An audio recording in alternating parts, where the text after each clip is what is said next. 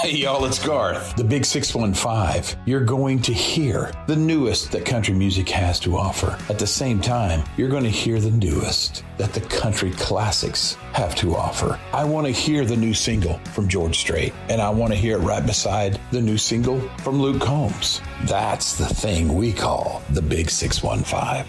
Download the free TuneIn app from the App Store. That's TuneIn. Or ask your device to play the Big 615 on TuneIn.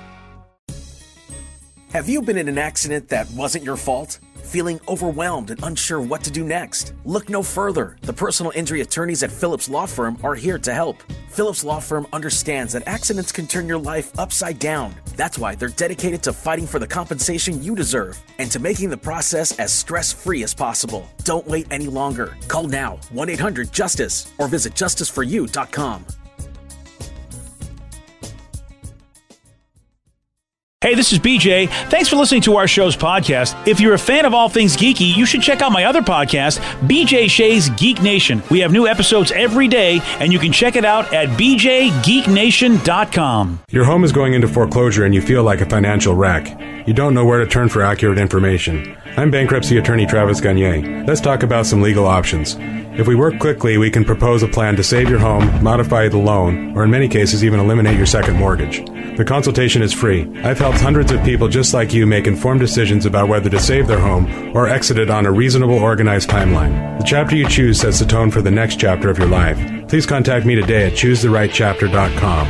That's choosetherightchapter.com. 99.9 KISW, The Rock of Seattle.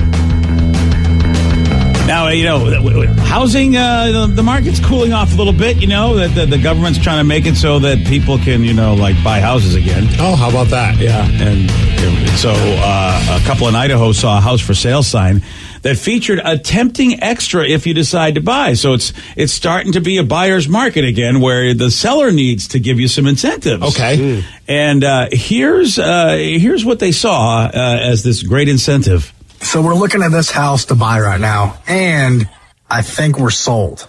If you buy the house, you get $200 of free tacos with the purchase. You ready? That's hilarious. I think we're going to buy it just because of that. No, I wouldn't buy a house because of that, but I sure as hell would check out a house because of that.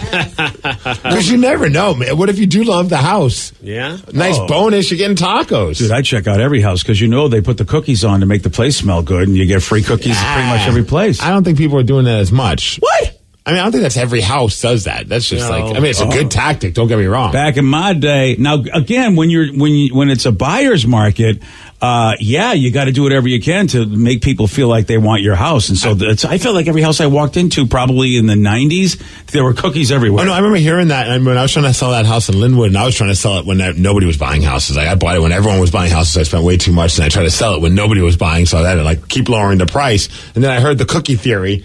So I did that, but then I started eating the cookies. Oh, that is because I was still living there, and I'd smell the cookies. Yeah. And so then there's 3 cookies on that plate, and I'm like, well, that's just pathetic. Yeah. I'm just gonna take these cookies and eat them. So, but then they walk into your house and smell the cookies, which is what they're supposed. So the smell is there. Yeah. But then there's no cookies. Pretty much. Oh, I hate your house. That's probably why I didn't sell it. The idea would be to get nice and comfy. You feel like, oh, this is a house I can be comfortable in, have my cookies in. But yeah, I'd be disappointed if there were no cookies and tacos. What kind of places are we selling? My house. That's fine, yeah. Yeah. I did it all for the cookie. Yeah. And the taco. Mm-hmm.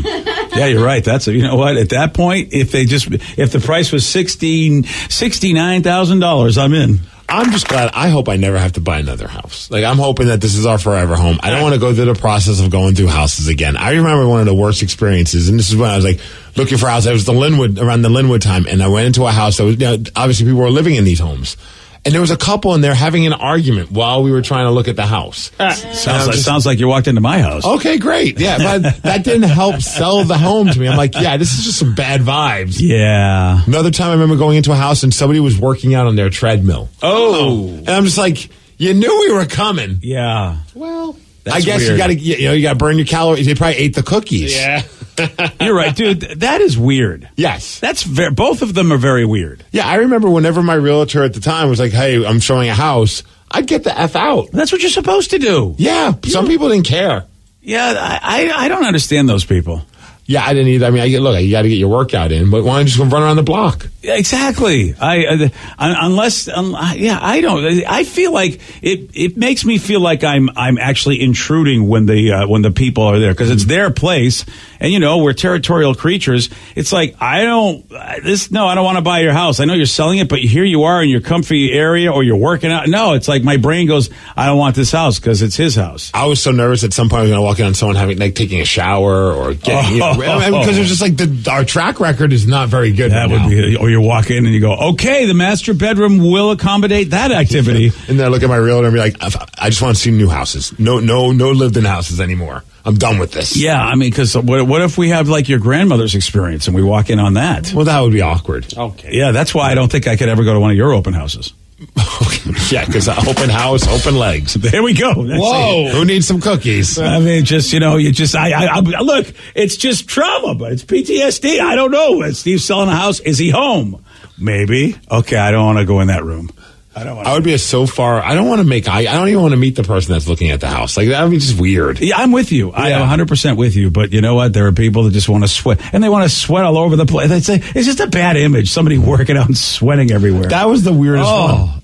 Like, the argument was weird, but I was like, everyone. But I was just like, man, you knew we were coming, and you decided to still work out. Yeah, because I wanted to be swole for you people. And give me some tacos. I'm in. Tacos are the way to go. You're right. Hey, how about this? This is interesting. A man, he quit his job. Should you be quitting your job these days? But he did. And why? Because of his love for horses. Has a local tie, too. Oh, really? Okay. I'm a little worried about this, if it's got a local tie and it's about loving horse. Anyway, Steve will tell you about it. He's got the Migs Report for you at 6:17 on The Rock. BJ and Migs, mornings on The Rock, 99.9 KISW. What you watch depends on what kind of mood you're in. Sometimes you're craving comedies like Friends or South Park, and sometimes you're more into dramas like HBO's Succession and House of the Dragon. There's also cooking shows like Chopped and Beat Bobby Flay, and even movies like The Lord of the Rings and Shazam! Fury of the Gods. Well, Max is the streaming destination that has the best of entertainment for whatever mood you're in anytime. And plans start at as little as $9.99 a month. Max, the one to watch. Subscription required. Visit max.com. 99.9 KISW, The Rock of Seattle. Well informed on the issues of the day? Nope. Not this guy. Live from the KISW News Center in downtown Seattle, this is the Migs Report. Well, thanks, you guys, and thanks to Palace Law for giving us the Migs Report. And today's a day for Tatum. It's National Only Child Day. Oh, okay, sure. Yeah. And me. Okay, Danny. Yeah. And Joey D's. Sarah.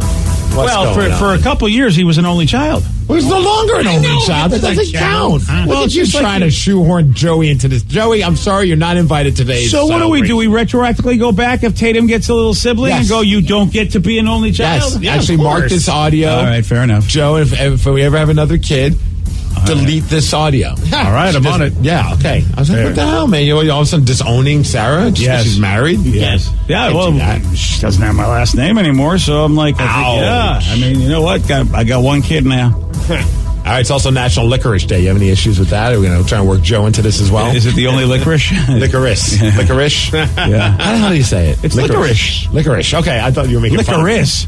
I thought you were making fun of me. I'm on edge. Oh, take it easy, boy. One step closer to the edge. Wow. I'm about to licorice break. Okay.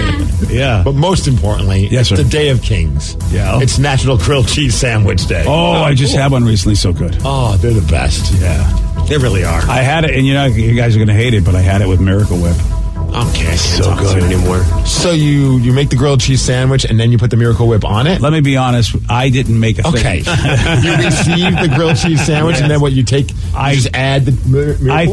I think he fried it all up with everything like that. You do. Oh, you work it into the mix. You do it instead of the butter. It gets a nice crispy and a really good flavor. I've done not Miracle Whip but mayonnaise. I think you're really spreading it on there after it's already been cooked. I was like, I don't know, I'm not opposed. I put I put that vegan mayo on everything. Yeah, amazing. My buddy Chris was cooking for us all weekend, and it was so good. I've been obsessed with the grilled cheese from Starbucks. It's so good. Oh, I don't think I've had the it. bread. I don't know what it is. I think it's the cheese. Like it's just so good. And I mean, every time I've gone there recently, it's just like I'm kind of hungry. I'm going to get a grilled cheese instead. Whoa, good stuff. Okay, I know for us, like obviously, I'm not like eating dairies, but thankfully, there's now dairy-free options of like the plant-based cheese, so that's like that actually does melt. There used to be once a time where it's like no matter how hard you could take a blowtorch to the thing and it wouldn't melt. But now at least I got some cheese that does that. But when I did the AEW thing in Portland in the catering. Like, I never wanted to be signed by AEW more just for the catering. Like, they had, because they have so many vegans on the roster, they had a vegan grilled cheese with a tomato in it, too. Oh, wow. Yeah, that's dude.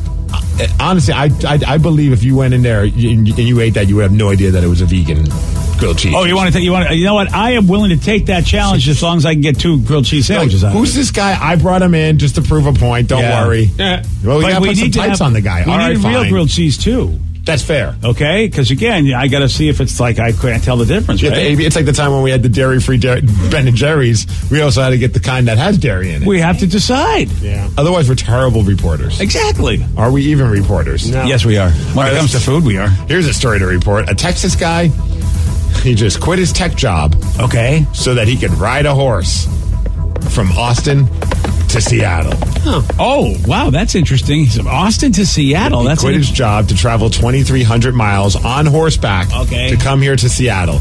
His name is Cyril, and he's serious about this. And he says, he decided to do this because, well, it's a family tradition. And here he is talking about it. It's a family tradition for each one of the eldest sons of my family on my dad's side, the Berteau, to do a great big adventure, a rite of passage, if you will. So my great-grandfather started it, and then my grandfather, and then my dad, and then now it's me. So I combined that with, my love for horses and horsemanship that I've been riding for years. Yeah, just went for it. So I think I'm going to learn about myself. I think I'm going to learn about the country I live in, the people I live with. I'm just going to be ready to face them, man.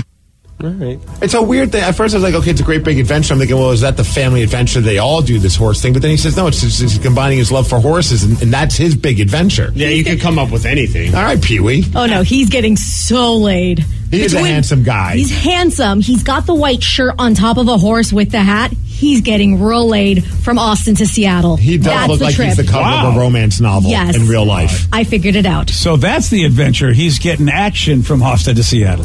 That is quite the big adventure. Emphasis on Pee-wee. I mean, I'd quit my job for that. You're right, though. Like, they show a clip of him riding a horse in a park, and there's like 5 girls sitting like on a blanket, and they all look like they're ready to jump the dude. Yeah. This farmer wants a wife. This is a reality show waiting to happen. Yeah, it is. And honestly, it is dumb. I ain't gonna lie. I think it's stupid, but hey, to each their own. But what a great story after it's over. What a great story, you and your stupid horse. I think it's stupid. But who am I to judge? That is a Northeastern compliment right there. I think it's stupid, but hey, go ahead. I wouldn't do it, but I sure as hell want to hear the recap. Oh, not only would you not do it, but you think it's stupid. Well, yeah, if I didn't think it was stupid, I would do it. I mean, you might even be able to watch the recap. It looks like he's wearing a GoPro on his head. Oh, man, this guy's gone crazy. Oh, no, I want the recap of the action, buddy. Well, yes. Yeah. Keep the hat on. I bet there's some ladies that want him to keep the hat on. Oh, yeah. Joe, you should really learn how to ride a horse and then ride to Austin. Get a cowboy hat. Give up on the base. It's time for you to ride a horse. Yeah, really. All the way to Austin. Bareback. I know how to ride a turtle, so it's not far off from a horse, right? I mean... Dude, I don't even understand this guy, though, because from a generational standpoint, I would never think of quitting my job to go do something like this. My brain as a young man would be like, there's no way. I can't quit my job. I'm on my way up the ladder. Yeah, but who knows what he was doing maybe he was in a situation where, he's doing a tech thing. He's going to Seattle. He'll find a tech job in Seattle. Yeah, I just does an interview. He says, hey, how'd you get here? I rode a horse from Austin. Hired. But I mean, I just think that his generation just feels like exactly what you said. It's like, no problem, I'll figure it out. I just know my generation is like, dude, you're going to be like, nobody will ever hire you if you quit to go ride a horse. Everyone will go, why did you leave your job? It's just so how different times have changed. Yeah. And he probably has confidence in himself, BJ. Well, he's on a horse. How can you not be confident? That is a very good point. And it's kind of funny, though. Austin, don't people say Austin's very, like, similar to Seattle in a sense? Like, the vibe? Yeah. I've never been there. I don't know. Yeah. They have, like, a bunch of, I've heard that before. I've heard that quite a bit. Like, so, I mean, at least he's picking a place that maybe makes him feel comfortable. And plus, you're not going to trick me. I'm not going to Texas. I'm not doing it. Then let Joe use your horse. Oh, Joe, have at it. All right, I think this is interesting because my wife and I were just having this conversation about how the difference of Washington or even the West Coast to New York and the East Coast. Hey. One of the big differences, and as silly as it sounds, is the usage of the honking of the horn.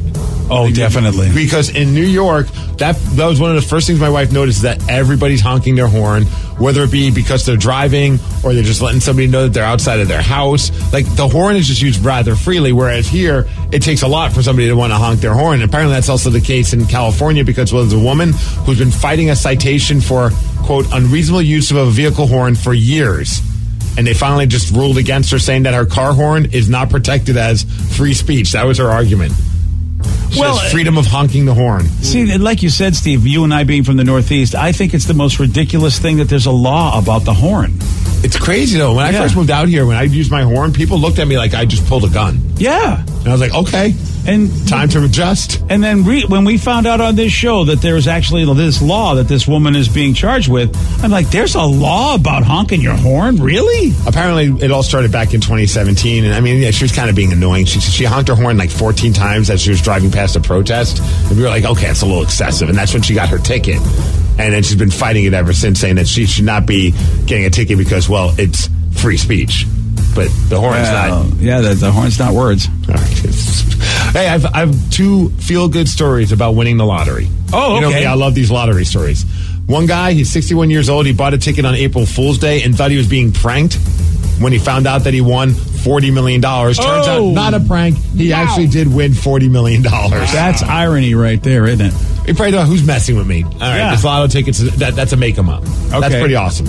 And this one's a real feel-good one because a mom, apparently she spent her life savings to take care of her daughter because her daughter was dealing with cancer, breast cancer. So she had, obviously that's a massive dent in the wallet. I mean, yeah, insurance will cover something, but like sometimes you're walking away owing a ridiculous amount of money, and mom dumped out her life savings to help out her daughter and then played the lottery.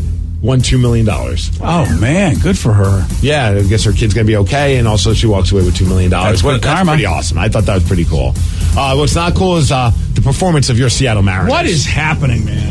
Dude, it made me really angry yesterday when I saw. I was like, you're up by 7 runs. It's like the third inning, and then all of a sudden, the freaking Cubs score 8 runs in that inning, and the game ends 14-9. I know, dude. That is our pitching is supposed to be our thing. That's why it's so disturbing. Yeah, who's it? Was it the Flexen? Flexen, yeah. Flexen was not flexing at all. Yeah, I was saying something else with the letter F in the end.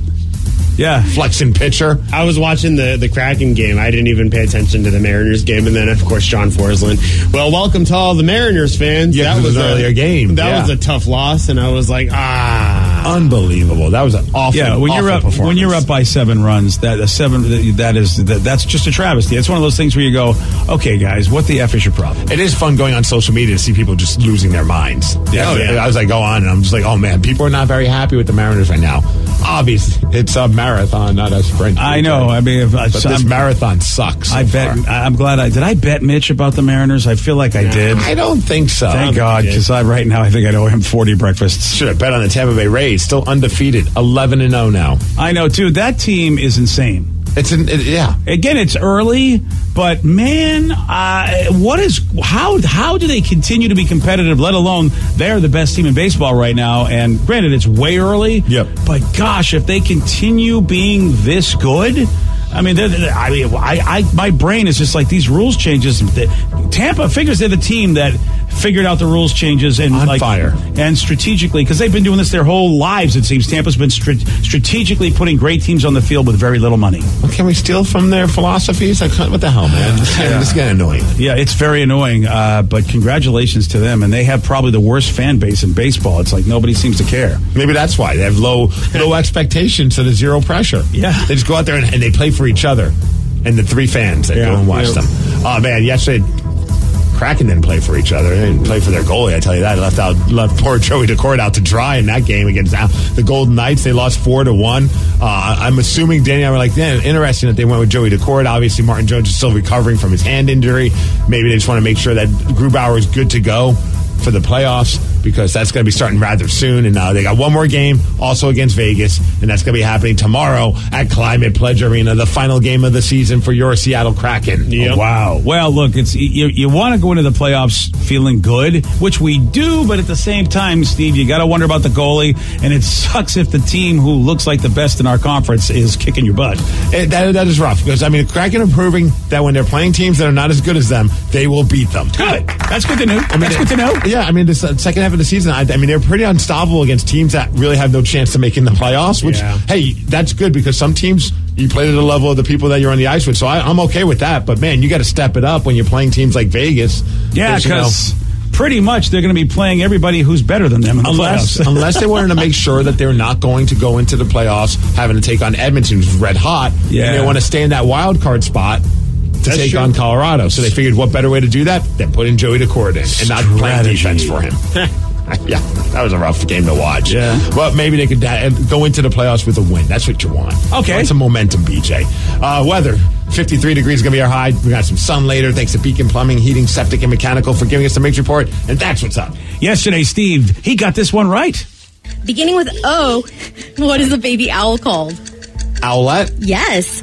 I wouldn't have got that one. I mean, that's just, it seems so like, well, I guess is owl in the word. It's the only reason why I know that is because the baby monitor that we use to watch Tatum in her room is called an owlet. Oh. Yeah. Like for a little baby owl. Otherwise, I would have never even guessed it. I was just naming that. Yeah. See, owlet right there. Oh, that's a wild name for a baby monitor. That's interesting that they call it an owlet. Like you got an owl watching the kid, I guess. I guess. The cam is offline. I bet she pulled the plug. Oh, boy. She's up to no good. She knows what's up. Yeah, she's like, at prison break. Also, that stupid thing always doesn't work. Sorry. It's very frustrating. The constantly reset that. So what you're saying, you're a happy Owlet customer? I don't know if I'd give them 5 stars on Yelp. Okay, then. Alrighty. Well, if you're looking for a baby monitor, you know which one not to try to look for. That's all we're saying. Hey, you want a shot at beating Steve, you got it. 206-803-ROCK. That is the number to call if you want to beat Migs. We'll do that at 647 on The Rock.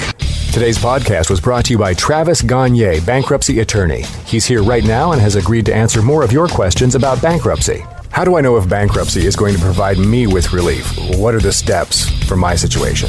There's so much information out there about bankruptcy with the internet and what people have heard from friends and other people that they've talked to about their financial issues or bankruptcy.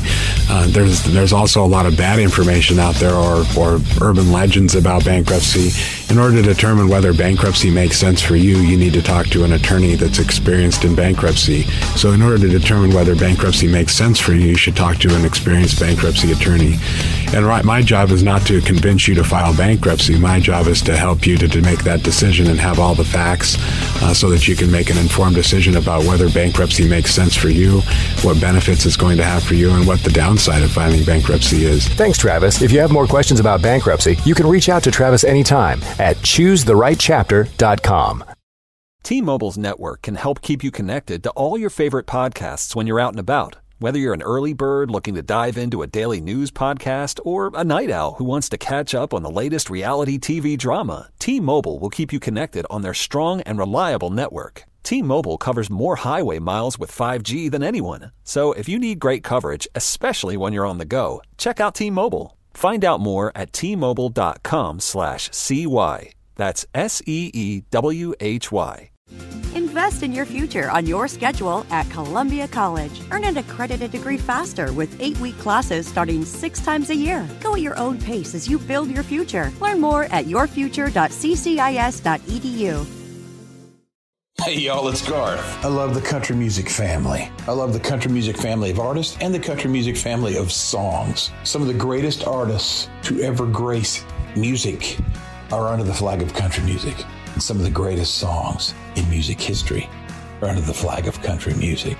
The Big 615, you're going to hear the newest that country music has to offer. At the same time, you're going to hear the newest that the country classics have to offer. I want to hear the new single from George Strait, and I want to hear it right beside the new single from Luke Combs. And I think the country music family is one of those families that is very inclusive and wants both the established artists and the new artists to be side by side in this thing we call country music. Download the TuneIn app from the App Store. That's TuneIn. And by the way, yes, it's free. You can also ask your device to play the Big 615 on TuneIn. Have you been in an accident that wasn't your fault? Feeling overwhelmed and unsure what to do next? Look no further. The personal injury attorneys at Phillips Law Firm are here to help. Phillips Law Firm understands that accidents can turn your life upside down. That's why they're dedicated to fighting for the compensation you deserve and to making the process as stress-free as possible. Don't wait any longer. Call now, 1-800-JUSTICE, or visit justiceforyou.com.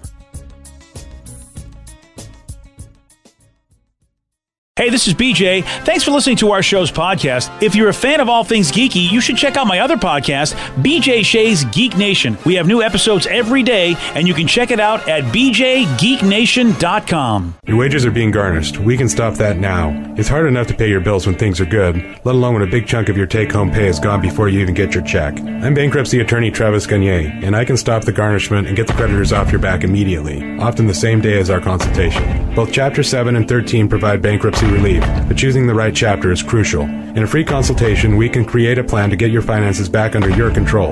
The chapter you choose sets the tone for the next chapter of your life. Please contact me today at choosetherightchapter.com. That's choosetherightchapter.com. 99.9 KISW, The Rock of Seattle.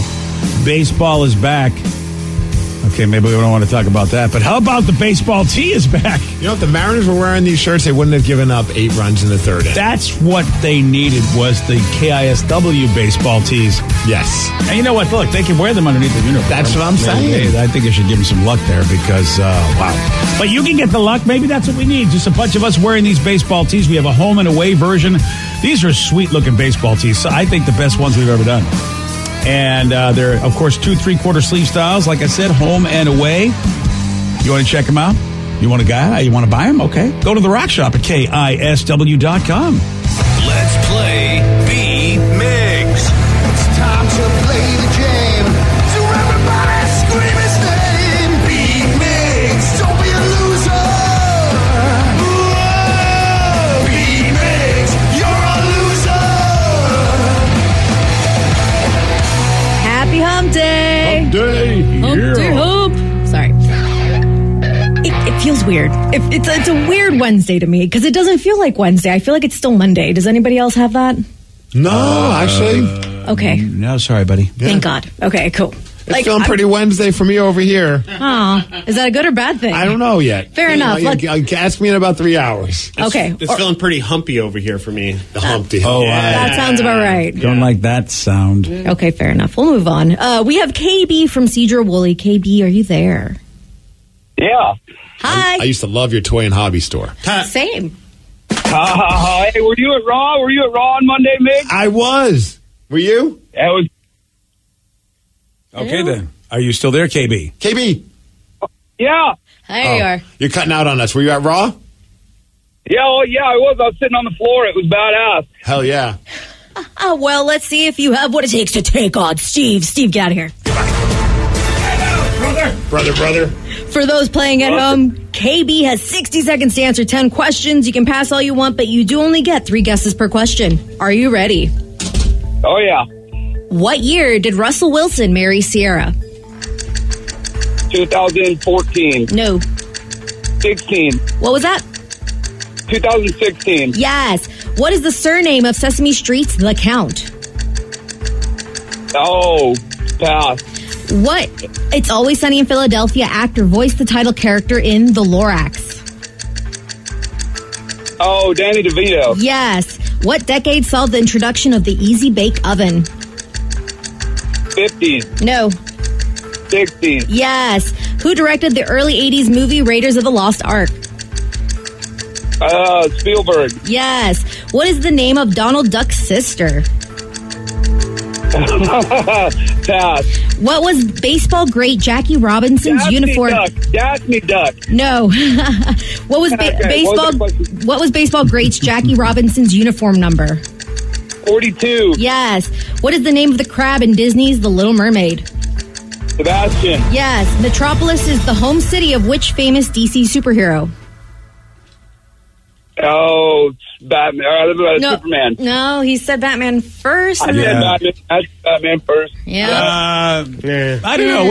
We have let we've let Steve say the beginnings of something and then correct himself. All right. I'm going to give him that one because we've done that. He didn't say the full thing, and then he corrected himself. Really. All right. I have no idea what you're talking about, but based on what I heard, I agree. Yeah. Okay. Because you didn't tell him he was wrong before he corrected himself. Nope. So I feel like he should get it. All right. Sometimes your brain starts changing things mid-sentence. Yes. Yeah, I can respect that. Are you ready, Steve? Oh, yeah! What year did Russell Wilson marry Sierra? What year? 2017? No. 2018? No. 2019? No. What is the surname of Sesame Street's The Count? Count Von Count. Yes. What It's Always Sunny in Philadelphia actor voiced the title character in The Lorax? Charlie Day. No. Danny DeVito. Yes. Nice. What decade saw the introduction of the Easy Bake Oven? 50s. No. 60s. Yes. Nice. Who directed the early 80s movie Raiders of the Lost Ark? Steven Spielberg. Yes. What is the name of Donald Duck's sister? Daffy. No. Quacky. No. Sally. No. Daisy? No. What was baseball great Jackie Robinson's uniform number? He was number 44. No. 42. Yes. Oops. What is the name of the crab in Disney's The Little Mermaid? Sebastian. Yes. Metropolis is the home city of which famous DC superhero? Superman. Yes. What name did Weird Al Yankovic give to his version of Beat It? Eat it. Yes. Eat it. 1, 2, 3, 4, 5, 6, 7, 8 correct. With that, you squeaked by 8-7. Oh, sorry, KB.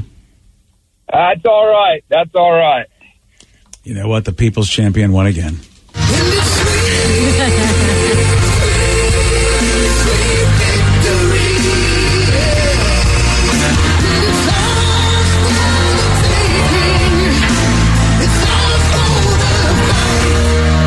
That was really the difference maker. You did not get what year Russell Wilson married Sierra. It was 2016. Oh, I went the wrong direction. Yeah, you did. And does anybody know the name of Donald Duck's sister? I don't. I didn't know he had a sister. Petunia? I didn't know either until this question, I will be honest. It's Della. Della? Della Duck? Mm-hmm. I don't. I have no idea who she is. It's a deep cut. Yeah, it is. Damn, dude. I can't. All I know is Daisy. I don't know anything about no Della. Yeah. Daisy was the girlfriend, and obviously Della's now we know is the sister. So I wonder if there's anybody else. Oh yeah, the uncle, huh? Yeah, and the kids, the Scroogelings. What were they again? I don't remember their Huey, names. Dewey, and Louie. That one. Dewey and thank you. Louie, of course. Why Yeah. get that? Yes. I That think should be a future question. No, yeah, you're right. Yeah, you're right. What was the question that he changed mid-answer? I'm just curious. He was starting to say Superman. He almost said that's Batman. fine. Yeah. Wow, I found an entire Donald Duck family tree on the internet. Oh my God. He's got a whole. What? Wow, he's got more people than we know. Well, are we really watching lots of Donald Duck shows? No, not really. No. Whoa! Look at all the Duckers. Damn. Oh, he has Uncle What the? Yeah, yeah. And there's his aunt. I don't give a. Yeah, that's a good one too. Yeah. And then there's a really distant cousin, Wanna. Yeah, and then of course the millennial one, the millennial. It's 0 ducks given. Yeah. Okay. Yeah. All right. Well, congratulations to the whole Duck family. That is how many? That looks like over 15. That's a lot. Yeah. Yeah. There's been a lot of episodes we missed of the Donald Duck history. That's a fact. And there was the DuckTales redoing of a couple years ago. I think it just ended 2021, where David Tennant was Scrooge McDuck. Oh, that's cool. Yeah, they had a lot of really big people on here, like Bobby Moynihan and Ben Schwartz. So He should have been Doctor Who. Oh, yeah, exactly. Oh, my God. You know what? I mean, really, David Tennant should be Doctor Who. I agree. I hate you, and I love it. There are 42 members of the Duck family. 42? That's a lot of peoples. What about Mickey Mouse? What's his family tree looking like? Yeah, that's the thing. Maybe he doesn't have much of one. Yeah, because I don't know much of the Donald Duck story, but I didn't realize there was that much involved. I'm an only child, bitch. I think I remember one of the Christmas ones. They had a big family dinner, and there was that one aunt that was heavy, big breasted, and would kiss all the kids. I remember that as a little kid. A big mouse aunt? Yeah, or big duck aunt. Oh, so it was another duck. Yeah, she would always kiss Huey, Louie, and Dewey. And So just nothing- I remember her, yes. Isn't that weird? Like, that's the weird tidbit I remembered. You with always the boobs. remember those buxom ducks. Yes. Yeah. Well, you know what? There you go. You didn't know that you needed to know. You probably didn't want to know, but now you know. You probably have zero use of this knowledge. Oh, I agree. Maybe if like your friends are talking about Disney at a bar, you're like, did you know that Donald Duck has a crazy family tree? Yeah. At a bar and like in line at Disneyland with kill time. That's a good one too. I guess people are probably more apt to talk about Disney characters at Disneyland as opposed to like, at Buckley's and Queen Anne. Yeah, I feel like if you're at Buckley's and you go, hey, what's Donald Duck's sister's name? It's like, what is wrong with you? Sorry, you're cut off. Yeah. Or you want to know the aunt's name, it's Aunt Gertie. Aunt Gertie? Oh, and she was big boobs. Oh, yeah, I was right. Well, she was just a big duck. I just remember the boobs. Yeah, well, okay. That's all you got. It's all you got to remember. I mean, she's, she's Aunt Gertie. Yeah. And then Della, right? Della's the sister? Yep. All right, Della Duck. You're welcome. Thank you for that information that hopefully will win me $1 million someday. I doubt it. Wow, man, will you be so upset if I'm on Wheel of Fortune and that's the puzzle, Della Duck? I don't know if I'd be upset. I might actually be very fired up for you. Oh, thanks, man. Yeah. So my daughter Sarah, she never heard of her. Yeah, she's been married for less than a month, and she's already made things awkward with her in-laws. Oh boy, how so? She's going to tell us at 7:17 on The Rock. BJ and Migs, mornings on The Rock, 99.9 KISW. 99.9 KISW, The Rock of Seattle. So there's a story that's about to be told that I know nothing about. Oh, this is great because it involves one of your kids. Yeah, Sarah is in the room apparently celebrating Easter with the in-laws. First official Easter as a married person. Yes, it was Easter and a combination of my father-in-law's birthday celebration. Oh, even better. Yes. So what are we, like 3 weeks in on the marriage? Yes, we are. Yes, not even a month, BJ. Nice. Yes, no, it was really great. It was really fun. We went Did to you bring your pie? I did not bring. That's only for Thanksgiving. I don't know. Maybe it's like, hey, now that I'm officially your daughter, I should introduce you to my Oreo pie. Well, they've had it. They've definitely had it. But that's like you're actually their daughter. Oh, that's true. That's true. Maybe it's even better. So Thanksgiving will be special. Very special. Depending if you're invited back, though, because apparently I heard Easter was a bit of an S show. Okay, so this is by far the most embarrassed I've ever been in my entire life. That's saying a lot. It's saying a lot, and I need you guys and maybe the listeners to help me feel better about it because I have nonstop thought about it since, and I'm losing sleep over it. Oh, damn. So long story short is we went to a lovely lunch and then we went back to their house, right? I have gotten some of the pictures from the wedding. So I downloaded them on the computer, and then when I downloaded them on my phone, they were not in order. So some of them are from the morning, some of them are from the rehearsal dinner, some of them are from the night and whatnot. So I am showing them pictures, scrolling through like, okay, here's when we're walking down the aisle, this, that, or the other. I had forgotten that after the rehearsal dinner the night before the wedding, George, J-Rubs and I, had one last hurrah as fiancés. Oh my. And the lighting was just right when we were making sweet love that I had taken a picture of something.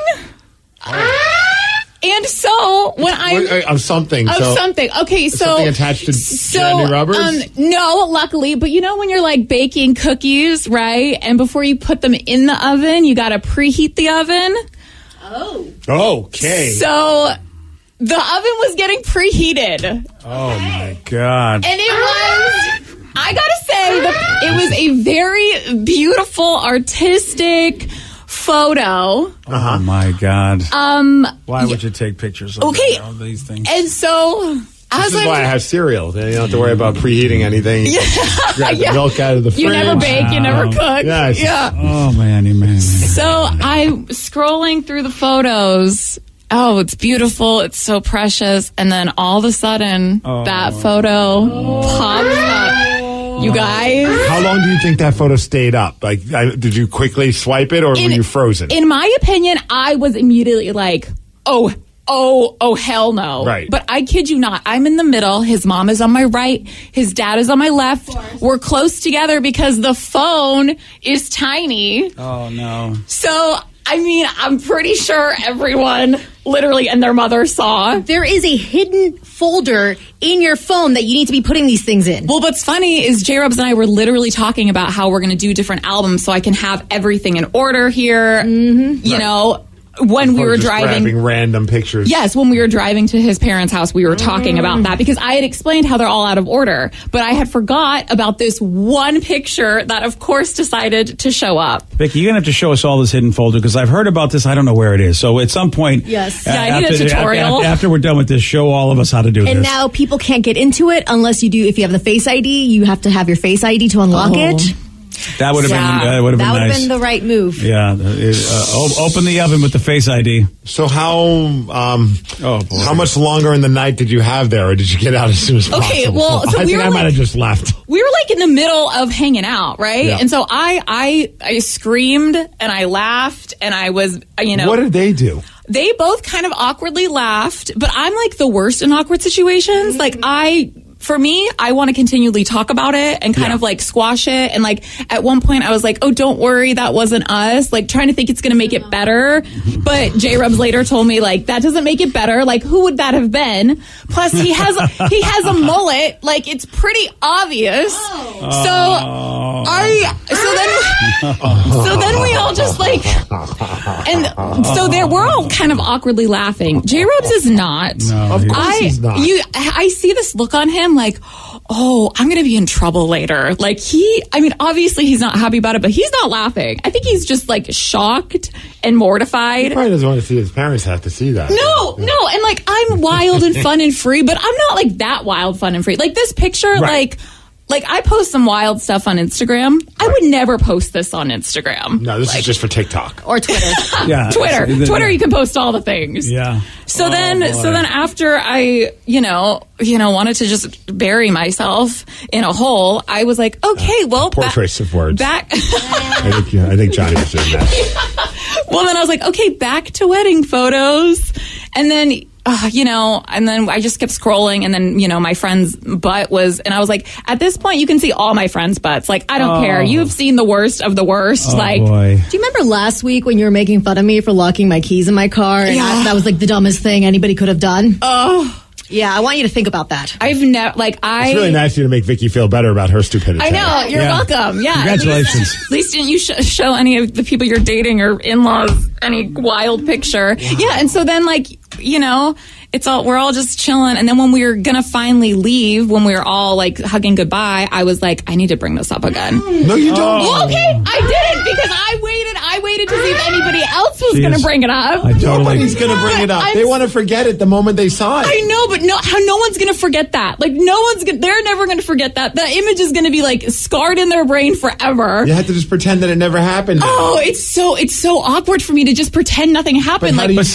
why I got to talk about it to everyone. But here's the thing. Sarah and I are the kind of people that know you won't forget it. You'll talk about it as soon as we leave. Of course. That's what I said. You know what? You can't fix it, though. Yeah. Nothing you can do is going to make it be unseen. I know, but I was kind of like, I was talking to one of my girlfriends. I was like, I wish their parents were like joking about it.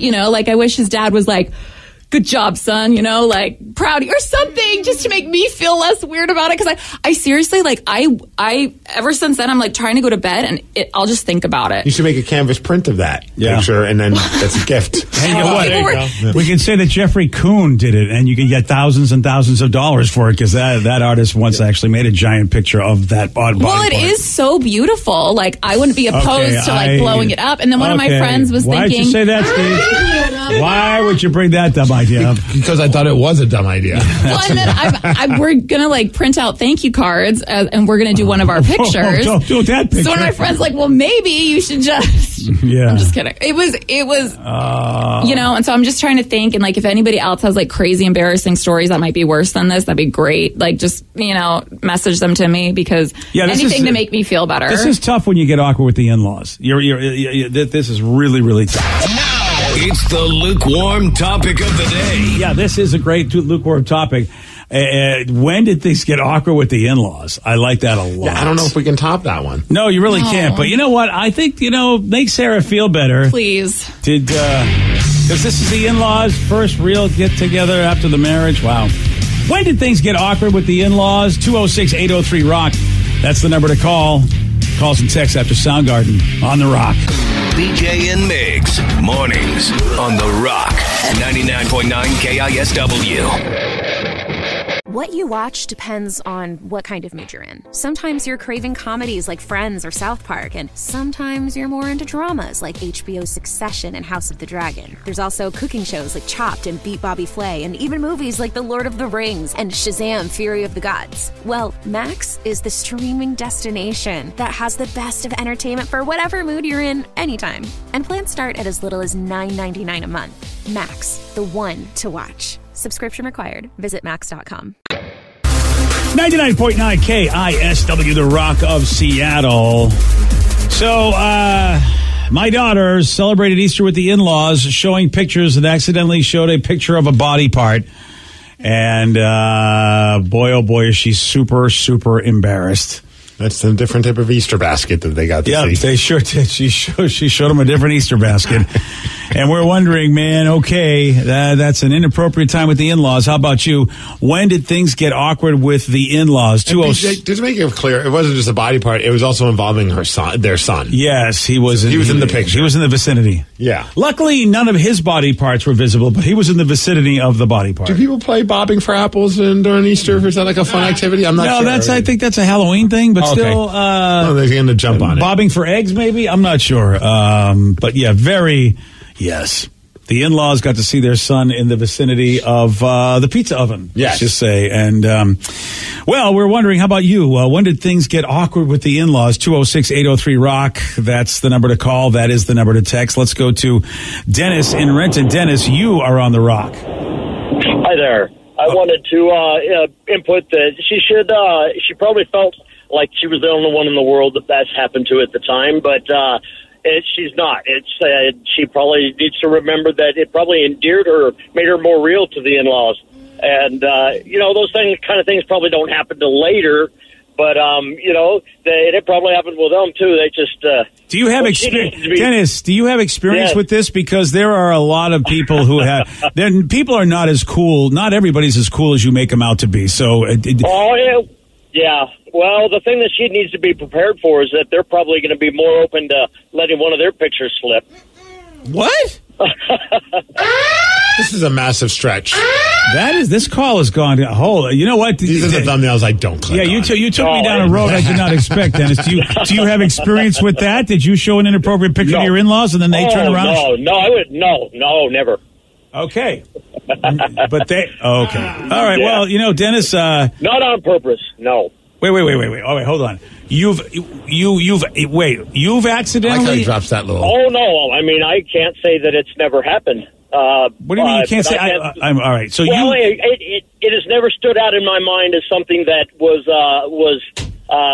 what are you... Yeah. Okay. All right. You are... Good talk. Good talk, buddy. I'll see you later. I have to go to the bathroom. Don't say you have to go to the bathroom. That's a bad thing to say after a guy talking about all that. Oh, that's usually my out to get out of a conversation. Oh, okay, yeah. I tell somebody I have to go to the bathroom and I never show back up. Wow. I'm having a hard... Okay, that was going down a weird road. Yeah. 206-803-ROCK. Text us at the same number, 206-803-ROCK. So I was sexting with my wife and I ended up accidentally sending a dong pic to her mom. They have a similar name and it was in the heat of the moment. Needless to say, I've changed her name in my contacts, LOL. How did he get out of that is what I want to know. Because Sarah is looking like, okay, you're going to see them again.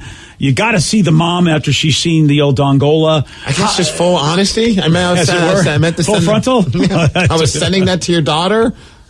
I love her. And she loves this. I don't know. Well, that's the net. Is that what should Sarah say to the in-laws? Your son loves this, and I love your son. And I was just giving him what he wanted. Yeah, I mean, like a good wife. Think about your answer. Is this really? Think about your in-laws. Do you want to have that conversation with your in-laws, Steve? No, you can't have that conversation. I mean, it was. I was going to say hard enough. It was difficult enough during the whole fertility thing because we had to go. I shared a story where it's like I had to go to the collection room at the fertility clinic, and I remember one time my wife was like, "Okay, I'll meet you there," because the time is of the essence. So it's like, "Okay, this is when you got to go do it." I'm at work, so I'm like, "I'll leave right after work. I'll go right there." It's kind of like by the station, and she's like, "Okay, I'll have my mom and my grandma. We're doing some chores and errands and stuff. I'll have them drop me off." I'm like, "Cool." All I ask, they do not come up to the fertility clinic with you. Just have them drop you off and meet me. I'll be hopefully done by the time you get there. That wasn't the case. They got there early. I'm walking in. They're walking in. Oh, no. They know where I'm going. But, then you give a big hug, and you're just like, this is not the last thing I want to see before I go to the collection room. Yeah, you. And I just looked at my wife. It was like, I don't know if I ever could give that death glare, but I'm like, and she's just looking at me like, I'm so sorry. We timed this very bad. Yeah. Like, granted, they didn't see anything, but they knew exactly what I was going to do. They got to know that they shouldn't be there for that. Right. Yeah, I think you got to have it. Look, the dude's not going to want to walk out of the room knowing what he's been doing in the room. They were gone by the time I got. Well, at least that was the case. I was in that room, and I'm texting my wife. I'm like, they better not be there when I come out. Yeah, you're right. You also don't want them to see you go in knowing what you're doing either. It took a lot longer because of that. I'll tell you that much. Yeah, I don't blame you, dude. I'm playing mental gymnastics as it is. It's difficult enough. I got news for you. There's only one person in your life that you want to know that at any moment that might be going on, and that's your significant other. Yes. You don't need anybody else in your life knowing, hey, guess what I'm going to go do, kids? I don't want to know if you're doing it. I don't want people knowing if I'm doing it. Why? Yeah, I mean, so I feel like... See you guys, it's now going to be a while. Yeah, I feel like that was a faux pas. Yeah. Yeah. All right. I think it was a faux pas. Let's go to Taylor and Everett. Taylor, you are on the rock. Hey, how's it going? Not too bad, Taylor. So, in-laws, how'd you get embarrassed around the in-laws? This was an actual new girlfriend, and they're a very strong Jewish family from Russia. The mom, the grandma, the dad, we were all in the kitchen, and she'd asked to use my phone, and I was playing one-hand stand earlier in the day. I was younger. She pulled my phone, and the last video that she looked up, it was a really graphic adult video, and they all saw it. They were all standing behind her trying to Google something, and she put up whatever Explorer was, Internet Explorer, and she's like, what's this? She showed it to me, and I was like, oh, no. They all saw it. Everyone saw the video. They were like, you're into Latinas. I was like, no. It was terrible.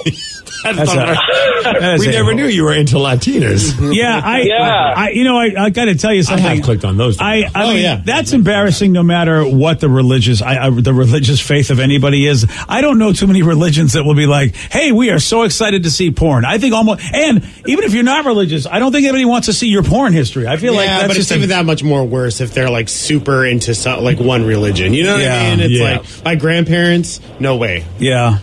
I don't know a lot about Judaism, so I don't know. I didn't know that they also think that sex is a bad thing. Because some religions don't. Some religions go, "Hey, listen, have a healthy sex life. We don't care." I just know anyone else but my grandma could have walked in on me, and it would have been not as embarrassing. Oh, well, because she was super religious, made it way worse. Yeah. Oh, right. Yeah. Well, I know her religion. You're right with the rosary. See that religion? Yeah, you are going to a bad. She's worried about you more than what she's. Most other family members might have made fun of me at the moment, not her. I think she's still doing rosaries and she's trying to save your soul. She passed away. Yeah, she's just trying to save you from going to the bad place. Oh, it didn't work. Well, what do you? Oh, is this the hell? Is this hell? This is hell. Oh, all right, fair enough. I can understand that. All right, there's a member of Metallica that was just asked what the first record was that he ever bought, and he was embarrassed to share the answer. What was it? Oh, you're going to hear from Metallica at 7:47 on The Rock. Today's podcast was brought to you by Travis Gagne, bankruptcy attorney. He's here right now and has agreed to answer more of your questions about bankruptcy. If I call Travis, will I actually see him or someone who works for him? Absolutely. When you come in to my office, when you first call in, my staff will try to help you with any basic questions that you have. I can give you a call back, but they'll usually try to schedule you for a free consultation with me, the attorney, and I'll meet with you personally. We'll talk about the basics of your case, and I'll take you through a question and answer session that an interview that usually lasts about 30 minutes. We'll get the basics of your financial situation. I can answer your questions, and we can talk about whether bankruptcy makes sense, your non-bankruptcy options, and how bankruptcy could affect you, what the process is. Thanks, Travis. If you have more questions about bankruptcy, you can reach out to Travis anytime at choosetherightchapter.com. That's choosetherightchapter.com. Thanks for listening. T-Mobile's network can help keep you connected to all your favorite podcasts when you're out and about. Whether you're an early bird looking to dive into a daily news podcast or a night owl who wants to catch up on the latest reality TV drama, T-Mobile will keep you connected on their strong and reliable network. T-Mobile covers more highway miles with 5G than anyone. So if you need great coverage, especially when you're on the go, check out T-Mobile. Find out more at T-Mobile.com/CY. That's SEEWHY.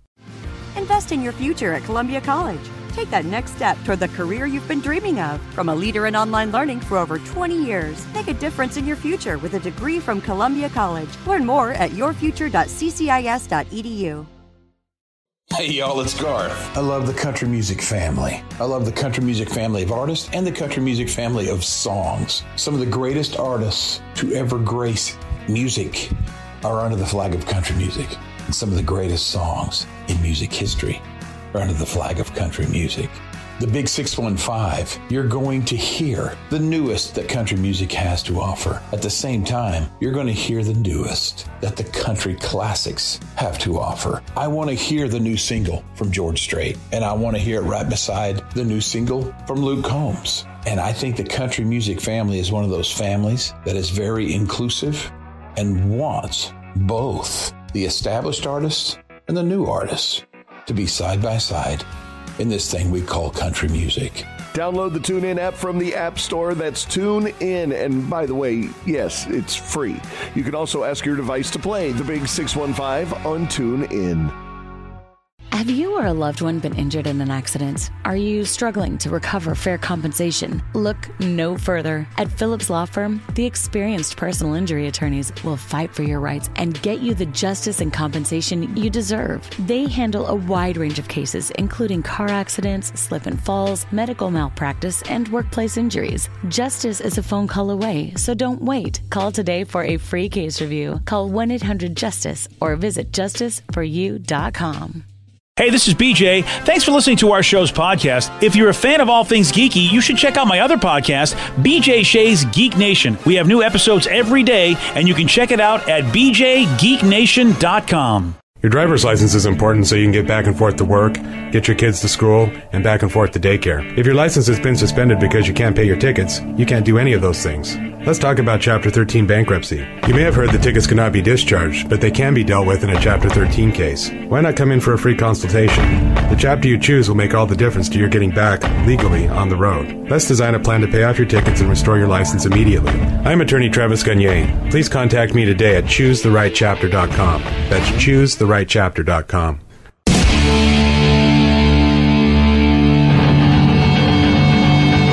99.9 KISW, the Rock of Seattle. So Metallica, they were on Jimmy Kimmel. They're on all week. All the week. They're doing like a whole residency thing where they're performing every night to promote their new record that comes out this Friday. This is a thing I never heard of before. Oh, bands have done this before. Pearl Jam's done it on Letterman. The White Stripes did it, I think, with maybe Letterman or Conan. But wow. Yeah, some bands do this, like especially if it's a band like the host really loves. Oh, nice. I did not know Pearl Jam spent a whole week with David Letterman. I didn't realize that. I know they've been on a lot with him, but they have big history at Letterman. Oh, back in the day when he was obsessed with their first record, BJ 10. I remember. Well, yeah, and he would talk about Black and the do part. Yeah, I didn't. I still, haven't heard that. I don't know what you're talking about. Yeah, but he's an obsessive Pearl Jam fan. So, Metallica, they're doing it with Jimmy Kimmel. That's That's fun. Hell yeah, it is. So they're on for the entire week, and Jimmy asked the band what the first record they ever purchased was. And Kirk Hammett he had a great answer, and here they are sharing what their first records were. What's the first vinyl record you ever bought? 1973, my dad took me to see Deep Purple in Copenhagen, Denmark. The next day, I went to the record store and bought their Fireball album. My first album was Santana Abraxas. The second album was Kool and the Gang. Wow. Featuring Jungle Boogie. I don't really want to say. Oh, really? Come on. Okay, it was the Partridge Family Christmas album. It came with a green cover and a red envelope that you took and you opened it up, and it was a Christmas card signed by the Partridge Family. Aww. Yeah. Do you still have that? I wish. Yeah. How about you, James? I think it was Lynyrd Skynyrd. Yeah. Okay. Well, that's a save. That's, you know what? You didn't put it out there with the Partridge Family. That's pretty strong. I love all the rest of the bands. Like, I bet Kirk's like, dude, you guys all had the cool records to purchase. You let me out there to dry with my silly record. Yeah, I feel like, because that demographic, I completely understand what he's saying. The Partridge Family were huge on TV. Yeah. Yeah, so that makes sense that, you know what, you might go get the album. That is funny, though. Of all things, the Christmas record is his first record. Yeah. Do you remember your first record you ever bought? I do. It was the Muhammad Ali song. The Muhammad Ali floats like a butterfly and stings like a bee. Who's that by? Vicky will probably look it up.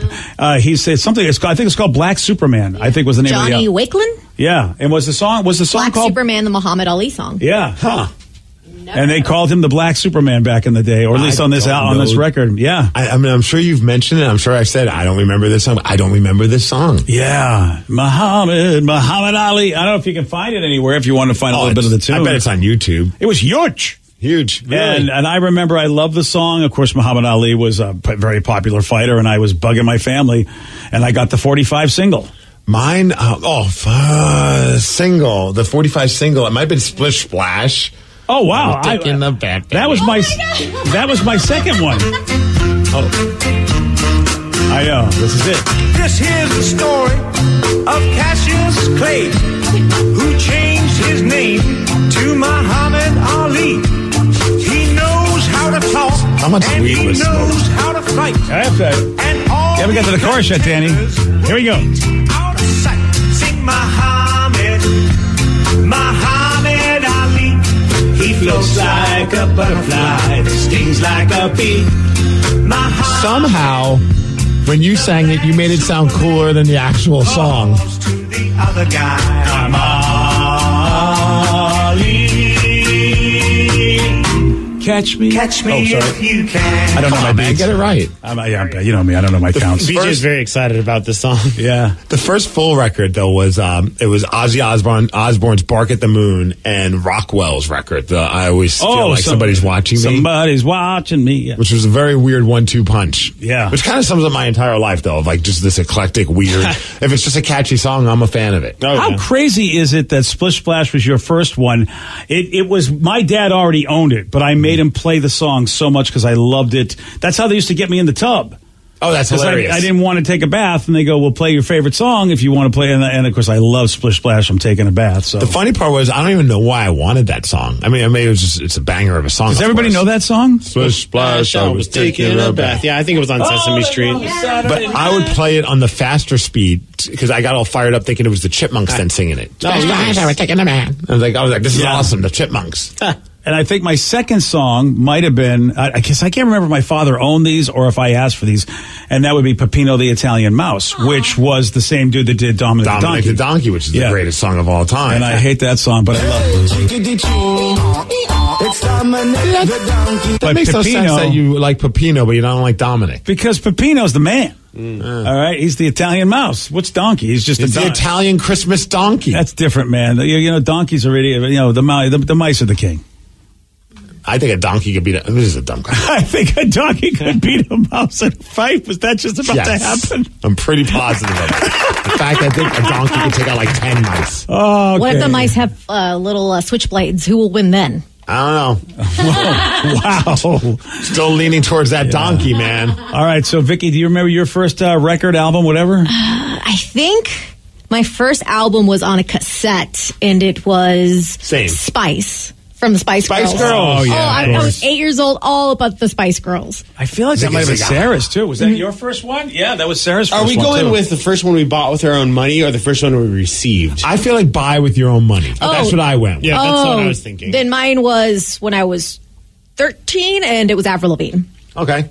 But in all fairness, though, the money that I was using was probably stolen from my father. We would bought it yourself. We would embezzle quarters and nickels off the top of his dresser because that's where he put all his spare change. So every once in a while, we'd go in there and steal them. And I'm sure that's what the money I used to buy these records. Oh, man. What about Joe? Oh, Joe. You don't know mine? I don't know. First album I ever bought, Bleed American by Jimmy Eat World. Nice. That's a great record. He gets so stoked every time I play Jimmy Eat World at emo night. It makes sense now. So awesome. Yeah. Is that the one song where he can sing along? We play a couple different ones from that album, so yes, but he gets Is Middle on that one? Oh, yeah. Oh, yeah. Okay. Nice. All right, well, there you Somebody go. said Kisses Love Gun, first record they ever bought. Oh, okay. And Danny, did you tell us yours? The Offspring, Americana. Oh, there we Americana. go. Yeah. Gosh, I was going to take are on that? You went too quick. Pretty Fly for a White Guy. Oh, yeah. Why Don't You Get a Job? It was kind of their resurgence after Smash. Oh, those are two good tunes. Okay, yeah. That's when they just went full, like, we're taking over the world with these pop hits. Oh, it was amazing. Yeah. That pops up on my little play, sometimes on like the workout playlist that the Apple will make, and I'm like, oh crap, and I'll just click on the art. And I'm like, I gotta listen to the whole record. Oh yeah. Like once you hear one of the songs, you're like, I gotta listen now for the rest of the record because it's so good. It was funny because that was sixth grade for me, and I remember my friend listening to it, and I just heard "Pretty Fly for a White Guy," and I was like, that sounds cool. I should. And so I got the money that my grandpa had given me for like helping him wash his car or something, and I went to Hastings and bought that album, and I was so stoked. Never stopped listening to it. It's funny because I remember I was obsessed with the Offspring with like the Smash record. Like that was like I remember getting that for Christmas. I was so fired up when my parents got me that CD, and I listened to it nonstop. And then when I heard that album or that song "Pretty Fly for a White Guy," I was at first my knee-jerk reaction was, "What is this crap? What did this band become? They were a punk rock band. Now this is like, what is this pop s? Whoops." And then the more I listen to it, I'm like, this is actually pretty awesome. Like these are some good catchy songs. It makes sense now. Yeah, I was like, okay, like why am I mad at them because they're not playing super fast? Like this is still a fun, catchy song. Yeah. Well, isn't that the key? I mean, is that if you slow your songs down, you can go from like just having, like you said, song like super fast song that you dig, but like the minority will dig. You slow it down a little bit, then it becomes a pop song and pretty damn good. So it's the first cassette I bought with my own money, Hybrid Theory. Nice. I played that thing until I couldn't play it no more. Then I bought it on CD, and now I own it on vinyl. I got that one. That was a Christmas gift. I think that same year, or like a couple of years after that. I remember I was so stoked to get that album. Dude, that's a whole other conversation too. Now for like I guess it would be Gen X and above. I don't know how many millennials had cassette tapes. Maybe some. I did, but I never bought any of them. Okay, because I was going to say like there are certain records like when he said that about or she said that he or she about Hybrid Theory, like playing it so much you had to get it down on CD. Like what were the cassettes that you played so much you either had to buy a new copy? Because I could think of a few, like Primus is Sailing to Seas of Cheese. I listened to over and over and over to the point where I had to buy multiple copies of that. Same with Nirvana's Nevermind. When I got that one, it was on cassette, Pearl Jam's 10, BJ. Maybe you should listen to it. Those were all records I kept playing to the point where it started getting like the audio quality suffered. And I was so happy when they finally put them out when I got a CD player.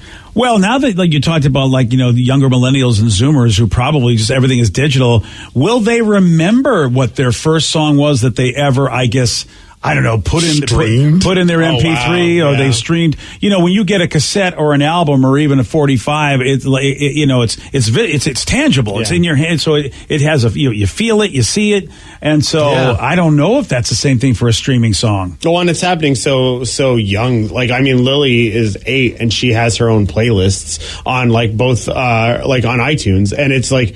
Which was the first song she downloaded? Because it's not albums. How do you remember anymore. that? That's like asking us, like, what's the first song you heard on the radio? Yeah, I don't know that. I have no idea. The one I remember is I Love L.A. And I was like, this is the most amazing song I've ever heard. Yeah, so this conversation might, like some people might not even be able to tell you. And wow, I feel sad because that's a big moment in our lives that we remember the first one we bought. Then it just becomes like, what's the first album you remember? Yeah. But that's not as much fun because, like, I would probably like to forget that I purchased Rockwell. Yeah. Well, with the resurgence of like vinyl these days, I think that we can still have this conversation in the future, because I think that like even like Lily's going to get into vinyl at some point. She thinks all of my vinyls are so cool. So that'll be the question. What was the first vinyl you purchased? Yeah. All right. Damn. And kids these days will never understand it. I know. Never. It feels like we've been waiting forever. Uphill in the snow to get the first album. Yeah, Steve. I mean, you had on Broken Glass. Yes, while people were spitting at us. Seems like we've been waiting forever, but how about, the Metallica's new record, 72 Seasons, out this Friday? Yeah, well, there's only been like 4 songs, I think, out. Mm-hmm. I like all 4, so I don't know if anyone else has to deal with this. It's a stupid audio nerdy thing, but the audio levels of the 4 songs that they put out are different. So I'll be at the gym and I'll listen to the album, because I can listen to you click on the album, you can listen to those 4 songs. You can't listen to the rest of it. And it's like one song's kind of quiet in production volume, and then the next song's super loud. I'm like, you got to even this out, buddies. See, I don't understand. Come on, fix it. Well, and that's a thing that I've noticed in a ton of stuff. It's like, I understand, and I have 80s, 90s, or whatever. I get the 80s production was different, but you still can make it loud as anything else. Why don't they do that? I don't understand why the streaming services haven't figured that out, where you can kind of whatever the levels are, bring it up to be equal as the other songs and other records that are on the streaming service. Yeah. I hate having to do that, when you're in the middle of doing something I can't hear the song now. There was a thing where I think on iTunes that you could set a thing where it was supposed to make everything the same level, and that still doesn't work. It doesn't, no. Yeah, so with all the things that we can do in society, why can't they figure that out? Right, we have smart toilets. At this point, let's figure this out, too. I mean, they got commercials. I don't know why that's my example. Well, they know how to make things loud, because they make your commercials louder when you're watching TV. True. So they know how to do it. So there must be some nefarious reason, Steve. I don't know what it is. Maybe it makes us pick up our phone more, which somehow makes them better. I don't know. I don't understand. But we're going to find out. Are we? Okay, well, then let's find this out. Would you pay over $200 for a sandwich? And what is in a $200 sandwich? I'll tell you at 8:17 on The Rock. BJ and Migs, mornings on The Rock, 99.9 KISW. What you watch depends on what kind of mood you're in. Sometimes you're craving comedies like Friends or South Park, and sometimes you're more into dramas like HBO's Succession and House of the Dragon. There's also cooking shows like Chopped and Beat Bobby Flay, and even movies like The Lord of the Rings and Shazam! Fury of the Gods. Well, Max is the streaming destination that has the best of entertainment for whatever mood you're in anytime. And plans start at as little as $9.99 a month. Max, the one to watch. Subscription required. Visit max.com. 99.9 KISW, The Rock of Seattle. In honor of National Grilled Cheese Sandwich Day, which is today, by the way. Now all of us want grilled cheese sandwiches. Yeah. And I just recently had one, so I don't feel so bad. Serendipity 3 in New York is bringing back the Guinness Book of World Records most expensive sandwich. Oh, I remember these guys. Yeah. Yes. Yes, it's a $214 grilled cheese sandwich, and it needs to be ordered 2 days in advance so that all the ingredients can be delivered to the restaurant. I mean, for that kind of money, Jennifer Lopez better feed it to me. Right. I'm sure that she won't. Nothing sexual. I think it's not weird. What if she's just on FaceTime while you eat it?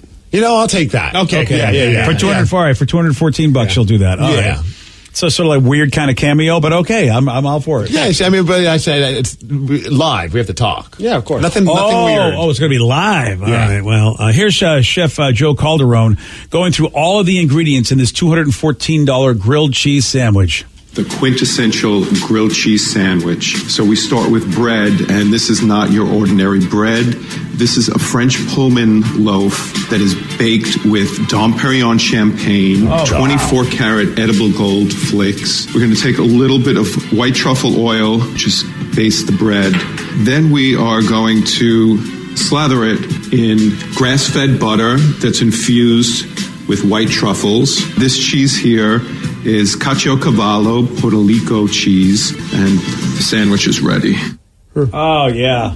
The gold flakes in the bread really seem unnecessary to me. And I know it's just so you can brag, I eat bread with gold flakes in them. But Have you guys ever eaten anything with gold in it, and does it do anything to the food? I mean, Goldschlager. Oh, okay, I guess that counts. Sure. That's about as good as it's going to get. That's about as fancy as I'm getting with gold in my beverage or food. I mean, at first I was going to say the bread looks way too big, but then when they put it in the panini press, it gets to be a good-sized bread. Because at first I was like, that's way too thick of a piece of bread. Oh, yeah, he knows what he's doing. I kind of want Chef Calderon knows what's up. And then they use South African lobster tomato bisque as a dipping sauce. Oh, that's fantastic. You know, overpriced, absolutely. But if I was making good money and I'm somewhere and I saw that on the menu, like where $200 is like no different than dropping like $50, I would do it. Well, but then that's where I start like reasoning with myself. I'm like, well, what am I going to order for lunch anyway? I'm going to order this, and this, and that's probably going to add up to at least $50. What's an extra $150? Yeah, exactly. Plus, that's the experience, you know. And the bisque soup, lobster bisque soup. Without the lobster bisque, then maybe $100. Yeah. Oh, that looks so good. It does look delicious. And they put the bisque in like a martini glass. It looks all fancy. And they add like gold flakes to it as well. I don't think that gold flakes to everything. That's to up the price. I'm okay without that. I wonder how much the gold flakes does inflate the value. Like no onions, no gold flakes. Please. Yeah. Okay, fair enough. I'm allergic to gold, sir. Can you please take that out? Oh, well, then the sandwich is just, $10.99. Yeah. Well, it's like what someone brought up earlier when we were talking about grilled cheese. Was it Mike's Chili? They offer a grilled cheese sandwich and they charge $50 for it. There's nothing special about it. They just don't feel like making it. But if you're willing to pay $50, they'll make it. Oh, I remember that, actually. Yeah. I saw them on Triple D or something like that. Yeah, it's pretty funny that they do that. And if you're one of those guys that walk in and go, I want to make you do something you don't want to do, here's $50. Can you think of the most expensive meal that you've had? Oh, I'm having a hard time with that. It's definitely had to be a steak. Yeah. I feel like it might be like one of like that big tomahawk steak. Like, it might have been recently, as a matter of fact, at Daniel's. Daniel's gets a little pricey. My buddy said he was buying, and I couldn't believe it. I'm like, okay. Oh, so you went. I mean, balls out for it. I try. I tried to be reasonable, but. I think I had an anniversary dinner at the Metropolitan Grill with my wife. Yeah. I think that was a really good, like probably a pricey dinner because I went all out on that. I'm pretty sure it was the time Ted and I went to Vista Prime Steak and Seafood over at Snoqualmie Casino, and we had a gift card, so we're like, let's go really crazy because we have a gift card. But that gift card, I mean, it definitely helped. But it was still a very pricey dinner. I mean, it was zero regrets. It was like one of the most fun eating experiences of my life because the food was amazing. It was worth every penny. But it was definitely like one of those things where you're like, I could do this maybe once every year or so. Yeah. We're not doing this next month, Ted. Can't afford that.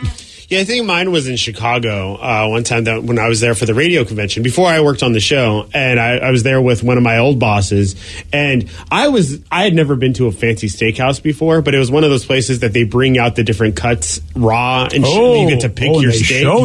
And I was like, I don't know what this experience is, so I picked out my steak, and then my boss, it was just the two of us, and he ordered probably the entire appetizer menu. It's a man after BJ's heart, right? All of the drinks, wow, all of the desserts, and I swear to God, that thing was probably around $1,700 by the time we were done. For two people. That's impressive. Yeah. Yeah, see, that's a nice flex, and you get to be the recipient of that nice flex. Yeah, I didn't have to pay for it, that was fantastic. Yeah, that's like whenever we do these radio conventions, back when people had deeper pockets and the world wasn't the way it is nowadays, when people were just spending money willy-nilly. And they'd be like, they invite all of us, like, we're going to the nicest steakhouse in Chicago, get whatever you want. And of course, I'm like, I'm getting, like, whatever looks the most delicious and most expensive. Of course. Because I can't afford it any other day of the week, so let's go. But are you guys like this where after you do all that and the check comes, I try everything in my power to see how much the check was without asking. Yeah. I just want to know what they have to pay. And sometimes it's like in like over a couple $1,000s. You're like, that's amazing. That's insane. I couldn't imagine that. Yeah. I mean, I want to know, but I always feel like it's just wrong to ask. So I'm glad you found out. Oh, I would never ask, but I would. It was after a few drinks. I'm obviously like going, like raising my head up, trying to like see what the receipt says. Oh yeah, you got to have good eyesight for that. There was another radio convention which you guys were a part of. I still didn't work for the show, but the same boss decided that we were going to have a happy hour and host it, and it was all drinks for radio people. And I just remember sitting next to him when the waitress came up to him and was like, "Sir, you've reached your $15,000 cap. Do you want to cut it off or do you want to keep going?" It was only midnight, and we kept going. He just said, "I just keep it open." I don't know what he was drunk, so he wasn't even thinking. Yeah. I don't know what it was at the end of that evening. Boy, that's a good business when you go, sure, we'll just let these guys go through $15,000 worth of alcohol because they provide me with good business. Yeah. Good for him. The most expensive meal was the date I went on a couple of years ago out of high school. We went to the Keg during Lobster Fest. We each had whole lobsters, a couple $100 for the bill. It was fantastic and worth it. Nice. I remember in college, like we were, like the governing body of our fraternity, like the president, vice president, the treasurer, like it was like a tradition at the end, like if there's any leftover money, we'd spend it, which is like, looking back on it, very corrupt. Oh, of course. And we would always say, let's go out for fine dining and like, let's go to Red Lobster. Yeah. And it was like we had like a $200 or $300 left over in like the budget, and we're just like, and we would just go crazy, and we would leave whatever was left over as the tip, and we thought we were the biggest ballers. That's awesome. But that was like, to us, like, we're going to Red Lobster in Plattsburgh, New York. There is nothing nicer than that. The corruption starts at such a young age. It did. That taught us how to be corrupt. Yeah. Like a good, student should learn. Yeah. See, power corrupts absolutely, baby. See, I was trying to think of my most expensive meal that I myself had to purchase, and I think it was my friend Kiana and I went. She used to work here at the station, and we decided to have a treat yourself day. So we did everything for ourselves. We went and got massages that day. We went to Daniel's Broiler, and I think I spent like $150, which for me at the time was astronomical. Even now, I don't hesitate necessarily, but still, it's like $150. I can go, Wow, get some food and fast massage for $150 is a good deal. Oh no, the food itself was $150. The massage was a different price, and then we tried to get tattoos later. She got one. I ran out of time, so I didn't get mine. Spend as much money as you can day. We were treating ourselves to whatever we wanted, and so that made me think. I'm like, I think I need another treat yourself day soon. All right, do you have the money? I probably should sell more crafts. Okay. So they went to, I don't know if it's called Fogo in Dallas. It's a Brazilian steakhouse, and they bring the cooked meats to your table. Oh, yeah. Oh, those places are awesome. We used to have one of those in Albuquerque. Do we have one in Bellevue? We have one here in Seattle, like near, not too far from High Place. Okay. A Brazilian steakhouse? I've been there with the old roommate. Oh, so good. Yeah, that so delicious. That sounds familiar, that name. So maybe it's Seattle I'm thinking of. I thought there was one in Bellevue too, but maybe it's just Seattle I'm thinking of. I think Seattle. Oh, yeah. Well, I guess there's one in Dallas. Yeah. All right, well, there you go. Have you ever been to one, Steve? A Brazilian steakhouse? Yeah, they bring I've gotten a Brazilian done before. That's fair. Yeah. They bring the meat to your table, and they cut off different pieces, and it's like 4 or 5 different kinds of meat. They have like pineapple, and they usually have like a salad bar attached to it. Oh, it's fantastic. So now I can just enjoy the salad bar. I know, yeah. You can't go do it now. And the pineapple. I can go and smell it. Yeah. The grilled pineapple is pretty awesome. So they do have a Fogo in Bellevue, but the one I went to was the girl from Ipanema. Which phenomenal. Okay, so there's that. So you got 2 options. I've heard of that place. Yeah, and I've heard it's really good. So if you're ever going to cheat on being a vegan for a day, there we go. That's the place. Go get the meat. Yep. Nice. Oh, it's nice to know that's. I see that Fogo all the time, the sign, and I don't know what the heck they serve. Well, there you go. go. So now I know it's a Brazilian steakhouse. Yum. Oh, dang. Okay.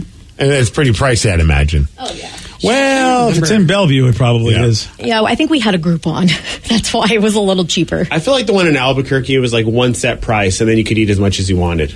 And they used to have these little things on the table where it was like a green light, red light type of situation. So it's like if you don't want more meat, you turn it to the red light. Oh, so that way they know not to come to your table. It's like those the rotisserie, whatever, the sushi places on the conveyor belt. Yeah, conveyor belt sushi, where you set up a light if you like need something, and that there's certain places where you have to do that. Yeah, those are problematic for me. The conveyor belt ones, because like I lose track of what I'm spending. Oh yeah, and it's just they keep tempting you. Oh yeah. Next thing you know, you're like $200 in on sushi just for yourself. You're like, what did I do? Yeah, and for people with self-control, it's great because they're just like, I can have two plates of sushi. And me and Steve we're eating at least like 10 Who plates. are these people you speak about? I'm with you, man. Like I go sometimes with my buddies, and I've gone to conveyor belt sushi places, and like they'll get like 4 plates, and they're like, okay, I'm good. And I'm like, I've tripled that already. I'm at 12 plates, and I'm like, I can still eat. What's wrong with you? No. All right, what's wrong with me? Yeah, right. Yeah, definitely. So Oh, Vicky's found a video of the Brazilian steakhouse.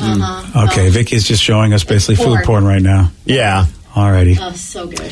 Yesterday, Steve, he did get this one wrong. Take a shower, Vicky. In the movie Psycho, what food item was used as blood on screen? Beets. No. Cherries. No. Ketchup. No. Yeah, we were all forgetting this was a black and white movie, so they didn't have to use anything that was colored red, so they used chocolate syrup in Psycho. You want a shot at beating Steve? You got a 206-803-ROCK. That is the number to beat Migs. And we'll do that at 8:47 on The Rock. Today's podcast was brought to you by Travis Gagne, bankruptcy attorney. He's here right now and has agreed to answer more of your questions about bankruptcy. How do I figure out who my creditors are? People a lot of times have had a long time of not having good credit and having collections, and so they're concerned that you may be concerned that you won't be able to find all your creditors if you file bankruptcy. How will I know which collection agency has my credit card bill from 10 years ago now? And that's something that's hard to keep track of because credit collection agencies transfer your debts all over the place. But we will pull all your credit bureaus, and by getting all three of your credit bureaus, we'll be able to tell who has your credit and debt now, which collection agencies have had it in the past, and we'll make sure that we file all your creditors when we file your bankruptcy so that nothing slips through the cracks. Thanks, Travis. If you have more questions about bankruptcy, you can reach out to Travis anytime at ChooseTheRightChapter.com. That's ChooseTheRightChapter.com. Thanks for listening.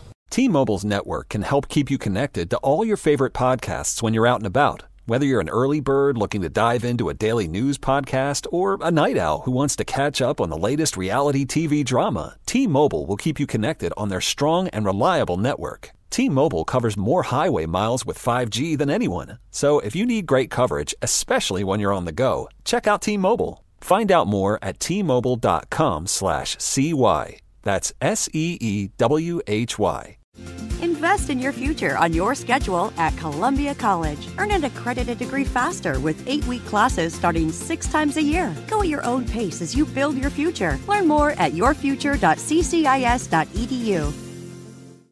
Hey y'all, it's Garth, the Big 615. You're going to hear the newest that country music has to offer. At the same time, you're going to hear the newest that the country classics have to offer. I want to hear the new single from George Strait, and I want to hear it right beside the new single from Luke Combs. That's the thing we call the Big 615. Download the free TuneIn app from the App Store. That's TuneIn. Or ask your device to play the Big 615 on TuneIn. Have you been in an accident that wasn't your fault? Feeling overwhelmed and unsure what to do next? Look no further. The personal injury attorneys at Phillips Law Firm are here to help. Phillips Law Firm understands that accidents can turn your life upside down. That's why they're dedicated to fighting for the compensation you deserve and to making the process as stress-free as possible. Don't wait any longer. Call now, 1-800-JUSTICE, or visit justiceforyou.com. Hey, this is BJ. Thanks for listening to our show's podcast. If you're a fan of all things geeky, you should check out my other podcast, BJ Shea's Geek Nation. We have new episodes every day, and you can check it out at bjgeeknation.com. Your home is going into foreclosure and you feel like a financial wreck. You don't know where to turn for accurate information. I'm bankruptcy attorney Travis Gagne. Let's talk about some legal options. If we work quickly, we can propose a plan to save your home, modify the loan, or in many cases even eliminate your second mortgage. The consultation is free. I've helped hundreds of people just like you make informed decisions about whether to save their home or exit it on a reasonable, organized timeline. The chapter you choose sets the tone for the next chapter of your life. Please contact me today at ChooseTheRightChapter.com. That's ChooseTheRightChapter.com. 99.9 KISW, the Rock of Seattle. Now, look, I know that baseball is back and not the way you want it to be back, but the season is young, baby. Yeah, this doesn't count. And the Rock Shop has got you covered. We have the new KISW baseball tee. And how about these are three-quarter sleeve style shirts, and we don't have just one, but two to choose from. Home and away, baby. Yeah. They look good, man. They really do look good. They got the Rock symbol. You know, our Rock logo with the baseball in there, and they got a giant trident, baby. This trident's good luck, BJ. This is a good luck trident because it's not like the other one. This is a good luck trident. I like this one. Maybe that's the problem. We got to get with people wearing this to put some good luck into the thing they call the Mariners. It's available at the Rock Shop, both the home and away baseball tees, and you can get them today at KISW.com. Let's play B Migs. It's time to play the game. So everybody scream his name. Beat Migs, don't be a loser. Whoa, Beat Migs, you're a loser. Happy Hump Day. Yes. Or what's probably going to happen for me is going to be Happy Meat Day, because that's all I've been thinking about this last break. Happy Meat Day. I'm just going to go home and cook any or all meat I have at home because I just want meat. Okay, then. freaking Brazilian steakhouse. Now I'm getting ads. It would really tough for you to be a vegetarian at this point. Oh, no, in your I life. could not. After this conversation, I'm rethinking my choices. Oh, boy. You need to just go, one day. Just go full meat. We were saying, how someone has, Rahmspringer, for the Amish, where it's that one day where they just, forget that they're Amish and just go nuts.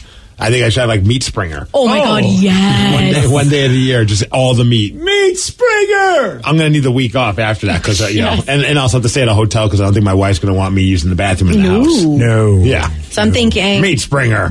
burgers, Brazilian steakhouse, sushi. Start with Dick's and then just go crazy from there. Yeah. Oh, I love it. And also have some meat, too. Well, with that image, let's move on. We have Nick from Bothell. Nick, are you there? Yes. Yes. All right, Steve. Get out of here. Goodbye. For those playing at home, Nick has 60 seconds to answer 10 questions. You can pass all you want, but you do only get 3 guesses per question. Are you ready? Yes. Amy Wong, Fry, and Dr. Zoidberg are all fictional characters from what animated series? Amy Wong. Pass. Which 1993 Disney movie starred Bette Midler as a witch? Oh, that is Cinderella? No. No. Pass. What was George Washington's wife's name? Martha. Yes. The singer Shakira comes from what country? Russia? No. Poland? No. Norway? No. What decade did the construction of the Berlin Wall start? What decade? Mm-hmm. The pass. What is Ace Ventura's occupation in the movies with the same name? A pet detective. Yes. Which of the New England states is the largest in size? Massachusetts. No. Vermont. Nope. Maine. Yes. Woo! Which late British noble has the most places named after her in Canada?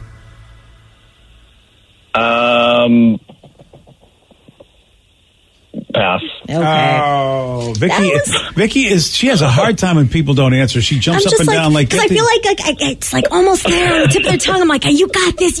I'm like trying to get you all pumped up. But you have to watch yourself that you don't give clues, pal. I do. Pal. That's all I'm saying. I'm doing it. Yeah, doing better. Good. Thank you. But I'm still getting excited. All right, Steve. Are you ready? All right. Amy Wong, Fry, and Dr. Zoidberg are all fictional characters from what animated series? Aqua Teen Hunger Force. No. Oh, crap. Frylock was what you were thinking. That's what that was. Futurama? Yes. Nice. Which 1993 Disney movie starred Bette Midler as a witch? Wizard of Oz. No. Cinderella. No. Nope. Sleeping Beauty. No. Oh. What was George Washington's wife's name? Martha. Yes. The singer Shakira comes from what country? Chile? No. Colombia. Yes. Nice. What decade did the construction of the Berlin Wall start? Decade. I'm going to go 50s. No. 60s. Yes. What is Ace Ventura's occupation in the He's a movies pet with the detective. same name? Yes. Which of the New England states is the largest in size? I'm going to go Massachusetts. No. New Hampshire. No. Rhode Island. No. Which late British noble has the most places named after her in Canada? Which late British noble. No. Yeah, Queen Mary. No. I don't know. Margaret. No. Carol Danvers is better known as what superhero? Wonder Woman. No. Captain Marvel? Yes. Damn it, that was my second guess. And what late British noble do you know about? You said Queen Mary. Queen Margaret? Who was the woman that just passed? No, that wasn't it. Queen Elizabeth? That wasn't it. Oh, you said late great. Yeah, there's a late British noble. She is. I think I heard that wrong. No. Okay. But Steve, you did win 5-3. Boom, who cares then? Sorry, Nick. What are you going to do? Thanks for playing, though, buddy. Oh, I totally heard that question wrong. I thought you meant like it happened recently. Oh, well. Well, then you didn't give a great clue. Never mind then. I take it back. Late. Oh, that actually is a good clue. If great's part of it. Is it Catherine? No. Oh, then I hate your clue. Well, Catherine was Russian she wasn't Catherine the Great from Russia. I don't know my nobles. I just figured you said, I based that off of the Hulu show, Catherine. What is this conversation? I have no idea. Okay, but it's kind of fun to watch this roller coaster of emotions that BJ's having about this. I just what is right above us? Canada. Yeah, like right. What area? British Columbia. Think of places. Queen Elizabeth. Queen Victoria. Victoria. Yes. All right. That's fine. not as good of a guess as you thought. Did you say late great? No, I said which late British noble? I'm hearing great in my brain. Never mind. So this is all on me. I apologize to America. I appreciate it. Danny, what 1993 Disney movie starred Bette Midler as a witch? Oh, he knows. Pocus. Come on, Steve. Hocus Pocus. I didn't think about that. I was thinking animated. That makes sense. No, but yep, that's the correct answer. Yes, it is. Good job. Nick did get correct. The New England state that's largest in size Vermont. is Maine. Oh, Maine's a pretty big state. Maine. Yeah. I mean, it's not big compared to Washington, but it's a big state compared to New England states. Yes, and then you eventually figured out it was Captain Marvel as Carol Danvers. Yeah, that would be my second guess. I was just trying to instantly, female superhero. I mean, not a bad way to go. And I was going to give the hint of Marvel, but I thought that was too much of a hint. Sure was. So I did not. Good job. Anyways, congratulations on your win. Thank you. Yeah. And that's all that matters. Yeah. That's all that matters. Congratulations, Steve. We're proud of something you've done. Hey, this is fascinating because of the fact the Yankees being a team that has rules that are different than pretty much any other major league team. And Michael Kay, who's their play-by-play announcer, legendary announcer, you can catch his video on the BJ and Migs page of KISW.com because of his comments he made about a bat boy in a game versus the Cleveland Guardians, and the Yankees were on the road. And he singled out this one bat boy because the dude has an amazing flow. I mean, this kid's got some good long hair on him. Yeah, he looks like he probably plays on a junior hockey team in Cleveland. He looks like one of the Hanson brothers. You know, he's got the long hair. He's got the sweet stash. Like he looks like he likes to party. He sure does. And so Michael Kay jokingly said that the hairstyle and mustache violated team rules, and here's why. He dressed as a bat boy for the Yankees, and the Yankees, of course, have this rule where you have to have you can't have any facial hair other than mustaches. Your scalp hair may not be grown below the collar, and so here's Michael Kay talking about this bat boy who obviously violates those team rules. It's strange to see a Yankee uniform and somebody wearing that uniform with that sort of hair. There are rules. Rules are rules. He's disobeying two of them. I think there's facial hair, and I think there's obviously the hair is below the collar. The red shoes. That's also against the rules. I was on the red shoes too. This poor kid, like, what is he going to do? Cut his hair? He's clearly like part of he got hired by the Cleveland. I would imagine. That's what happens when you're on the road. You just take the kids' bat boys from the city. Right. You don't travel with the team. No, which is kind of a bummer. I always thought you would get to. I thought that would be so cool, but it doesn't happen. That's a tough sell probably to a family. Like, yeah, your kid got hired, but we're taking him on the road with us. Yeah, for 80-something games. As a kid, I'd be like, I'm ready. Let's do this. What's the age limit, though? Because he looks like he could be 13 or 33. I don't know if it's the mustache that makes it. Yeah, because he looks like he's an adult. Yeah, but then when they close up on him, and he's got like this look like he does look like an awkward teen. Yeah. He really does. That's why. But I love Vicky's this right. Kid. He's a legend. He definitely looks like a partying dude. If I'm the Yankees, I think you just keep him as your bat boy now. But here's the thing I guess the Yankees still have a rule about the shoes, where I know the rest of Major League Baseball has relaxed that. Yeah, they're pretty stuffy over there with the Yankees organization. Yeah. How they do. I remember that my grandfather would use that against me when I was a kid because I always wanted long hair. Mm-hmm. And he would just be like, the Yankees wouldn't allow you to wear long hair. Like, that was his argument. Like, it was like, and even when I got like tattoos when I got older, he's like, how do you think the Yankees are going to feel about that? I'm like, Grandpa, like, my dreams of playing for the New York Yankees went out the window like when I was 11. Like, I'm not living my life to make sure that George Steinbrenner is okay with how I'm dressed or what kind of tattoo. But that was always his go-to. When I bleached my hair when I was in college, he's like, man, those Yankees would be very disappointed in you. I'm like, what is this with you and the Yankees? I would like to address this elephant in the room about this. Because you guys aren't old enough, Steve, you are, but the rest of you guys aren't old enough to remember that long hair was something that people disparaged you for, and even the conversations we have now about how people are dressing, long hair used to be part of that conversation, where people would get. And so I think of the Yankees like, why do you still have this rule? Facial hair and long hair are like hairstyles and facial hairstyles don't mean anything anymore. It's so baseball, and it's these people that are just obsessed with tradition. It's got to be. But it's a tradition that's a dumb one. It's a pointless one. Yeah, it really is. Going to be the reason. What if he's the reason that it changes? Yeah, I Bat Boy. I hope it does, because baseball is trying to change their image, and I think this is an embarrassing look. I know that Michael Kay didn't do anything wrong because he's just commenting on the policy. I think he was just goofing on the fact that there's a kid with long hair, and it's funny to see a long hair with a Yankees uniform on. I don't got a problem with him, but for the last, again, as a Red Sox fan, I look for any reason to pick on the Yankees It's anyway. obvious right now. But I mean, I just feel like when baseball's trying to be hip, and baseball, that's why they've done the pitch clock. They're really trying to get younger people involved in the sport. And then you hear something like this, and I think, why, New York? Why do you have this stupid rule anymore? Because it's based on nothing. Everybody wears their hair the way they want. Everybody has as much facial hair or none as they want. This rule means nothing. You have no logical reason to say it anymore, except it dates back to a time where basically people that had long hair who were male were basically made fun of back in the 60s. And I just feel like, sorry, Yankees, I think it's time to make a change. And it looks like he did end up putting his hair up in the helmet so you wouldn't see it. Oh, he caught flack for it? Yeah. What? But even cooler, I found out, I did some more digging. He's apparently in a band. He's a drummer, Steve. He looks like a drummer. Yeah. He's got like a Taylor Hawkins look to him, Yeah, man. he does. I'm a fan of his band. I don't even know what they are. What are they called? Open Doors. Open Doors. Look, He's opening doors for long hair in Yankees ballparks. I appreciate the dude did what he did to keep the Yankees happy, but I think the Yankees look stupid. I just do. I just think this rule is a dumb rule, and I, as a baseball fan, it embarrasses me that a team has a stupid rule like this. So I was so upset when Johnny Damon went to the Yankees and he had to shave and cut his flow. Dude, that's so true. That was part of the travesty. First he goes to the Yankees, and then everything that made him the amazing, iconic-looking dude that he was back in 2004 was gone. Just gone. You know, 'cause like Jesus out there in the outfield, Johnny Damon had the greatest flow. How crazy. It looks like this kid's like a big Indians fan. I mean, obviously he works for the team too. Like, that had to be like a weird feeling. Like, hey, you're our bat boy. That's exciting. You get to be on the field for your favorite team.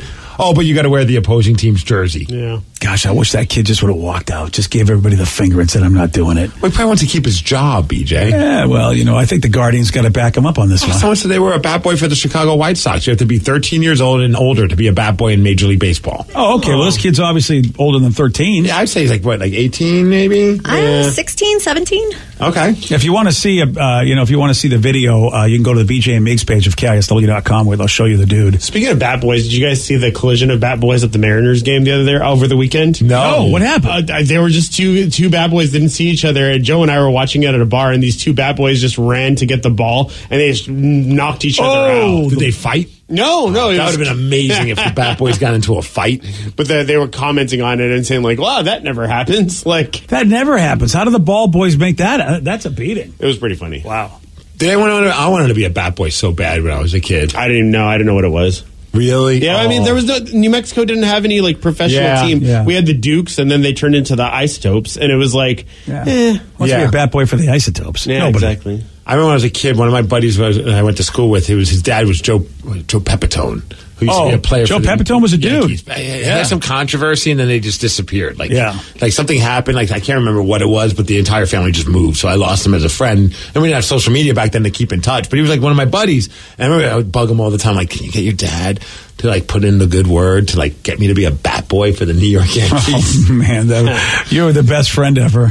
Oh man, he never did it. Oh, I'm surprised. Yeah. Or maybe he tried and his dad's like, don't ever ask me about that. It's like, what, your friend Steve? No, he's not coming in to be a bad boy. What do you think? Every former Yankee player probably has someone in their family that wants their kid to be a bat boy. I bet that never happens. I'm sure most of them are. Like family members or friends of you family. think? Don't you think? Oh, you know what? I guess that's, you know what?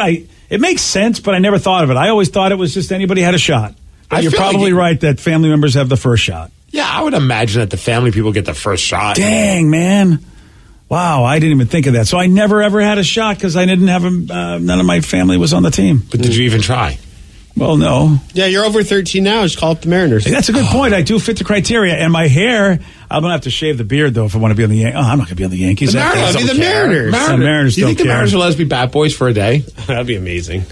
I feel like... I'd be so nervous. I might have an accident. You could be a Walmart greeter. That'd be nice to have an old dude out there being a bat boy. You know, that's like that. They should do like the 12th man flag. You got like a notable person in the world, like they get to do. I would say it's celebrity, but that's come on.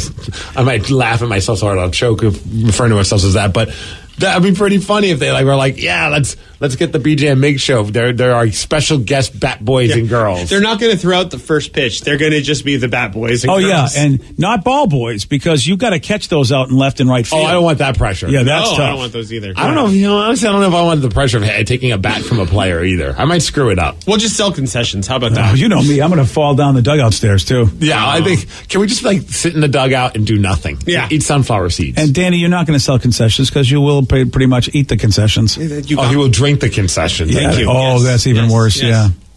Never mind. You can't have anything. Forget, we're done. They're not going to call us. I wonder if anyone that listened was ever a bat boy for the Seattle Mariners. Oh, wow. Sure there are. I wonder if it's not glamorous, and do we want to hear that? Yes. Oh, okay. I want to believe it's a glamorous There's job. got to be stories, like a player getting mad at you or a player being cool and giving you a sweet tip. Oh, yeah. You got to imagine. Yeah. I mean, I hear a lot of those folks that work behind the scenes, they clean the laundry and do all the stuff. Some of them get some amazing tips from the players where they will also tell you about other players that do nothing for them. Oh, I've heard equipment managers in hockey, only because that's the sport that I pay most attention to, but the equipment managers will get sometimes 5-figure tips at the end of the season from some of the players. Yeah, baby. Because their job is to make sure that their skates are sharpened and everything's working to the best of its ability. So they appreciate that these guys help make their skill, their playing ability at its best. Oh man, you got to get some good tips for that. Oh, they do. That's good. I'd imagine from all those players, they probably walk out with 6 figures. So what about Pippen? Do you think Scott, again, no tip in Pippen? Do you think he never gave anything to anybody? Well, he didn't have to wear ice skates. Well, that is a good point. So I guess if you don't wear ice skates in basketball, you don't deserve a tip. Never mind. Nobody in basketball should get a tip. I think you're right. All right, there we go. Scotty, you've been redeemed. All right, it's your turn, your time. This show is ridiculous. You need to set this ship straight. It is listeners on the loose. You pick the topic. You guide the show. 206-803-ROCK is the number to call and the number to text. 206-803-ROCK. BJ and Migs, mornings on The Rock, 99.9 KISW.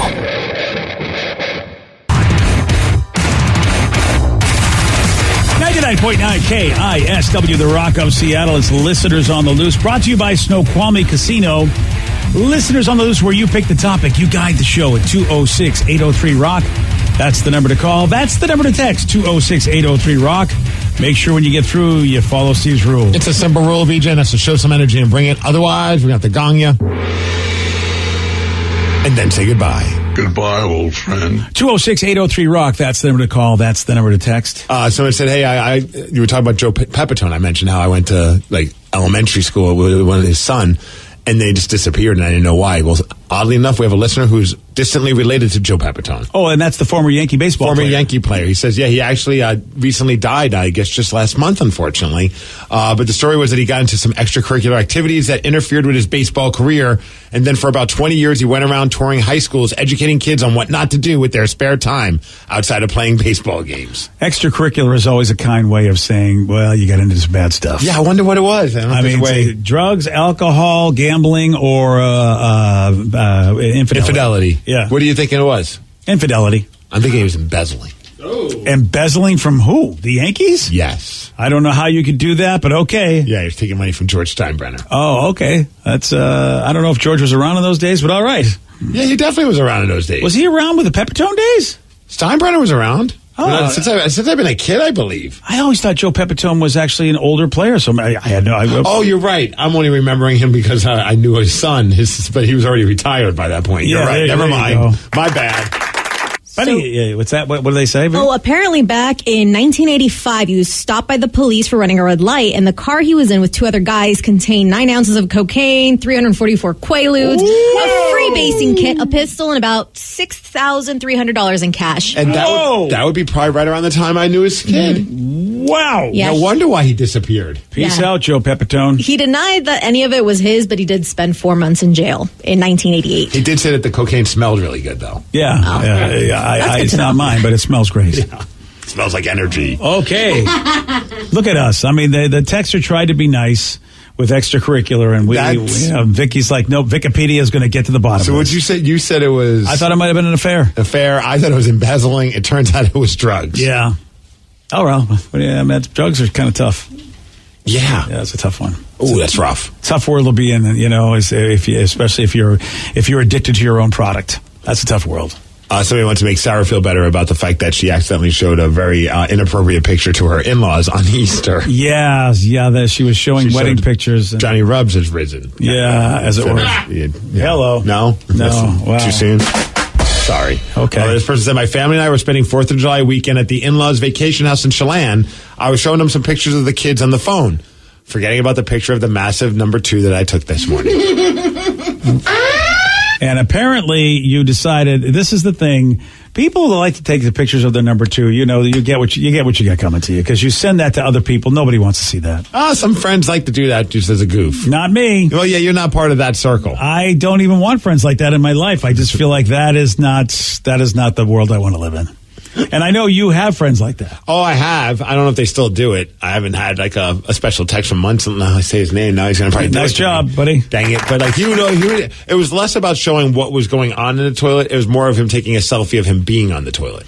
Oh, that doesn't bother me that much as long as I'm not seeing stuff. I mean, you really can't. You never know. I mean, some people can take all sorts of pictures. You don't know the angles they get these kids today with their selfie sticks. But that was a thing for a while. Like, it's like, okay, yeah. Or he would FaceTime you while he was on the toilet.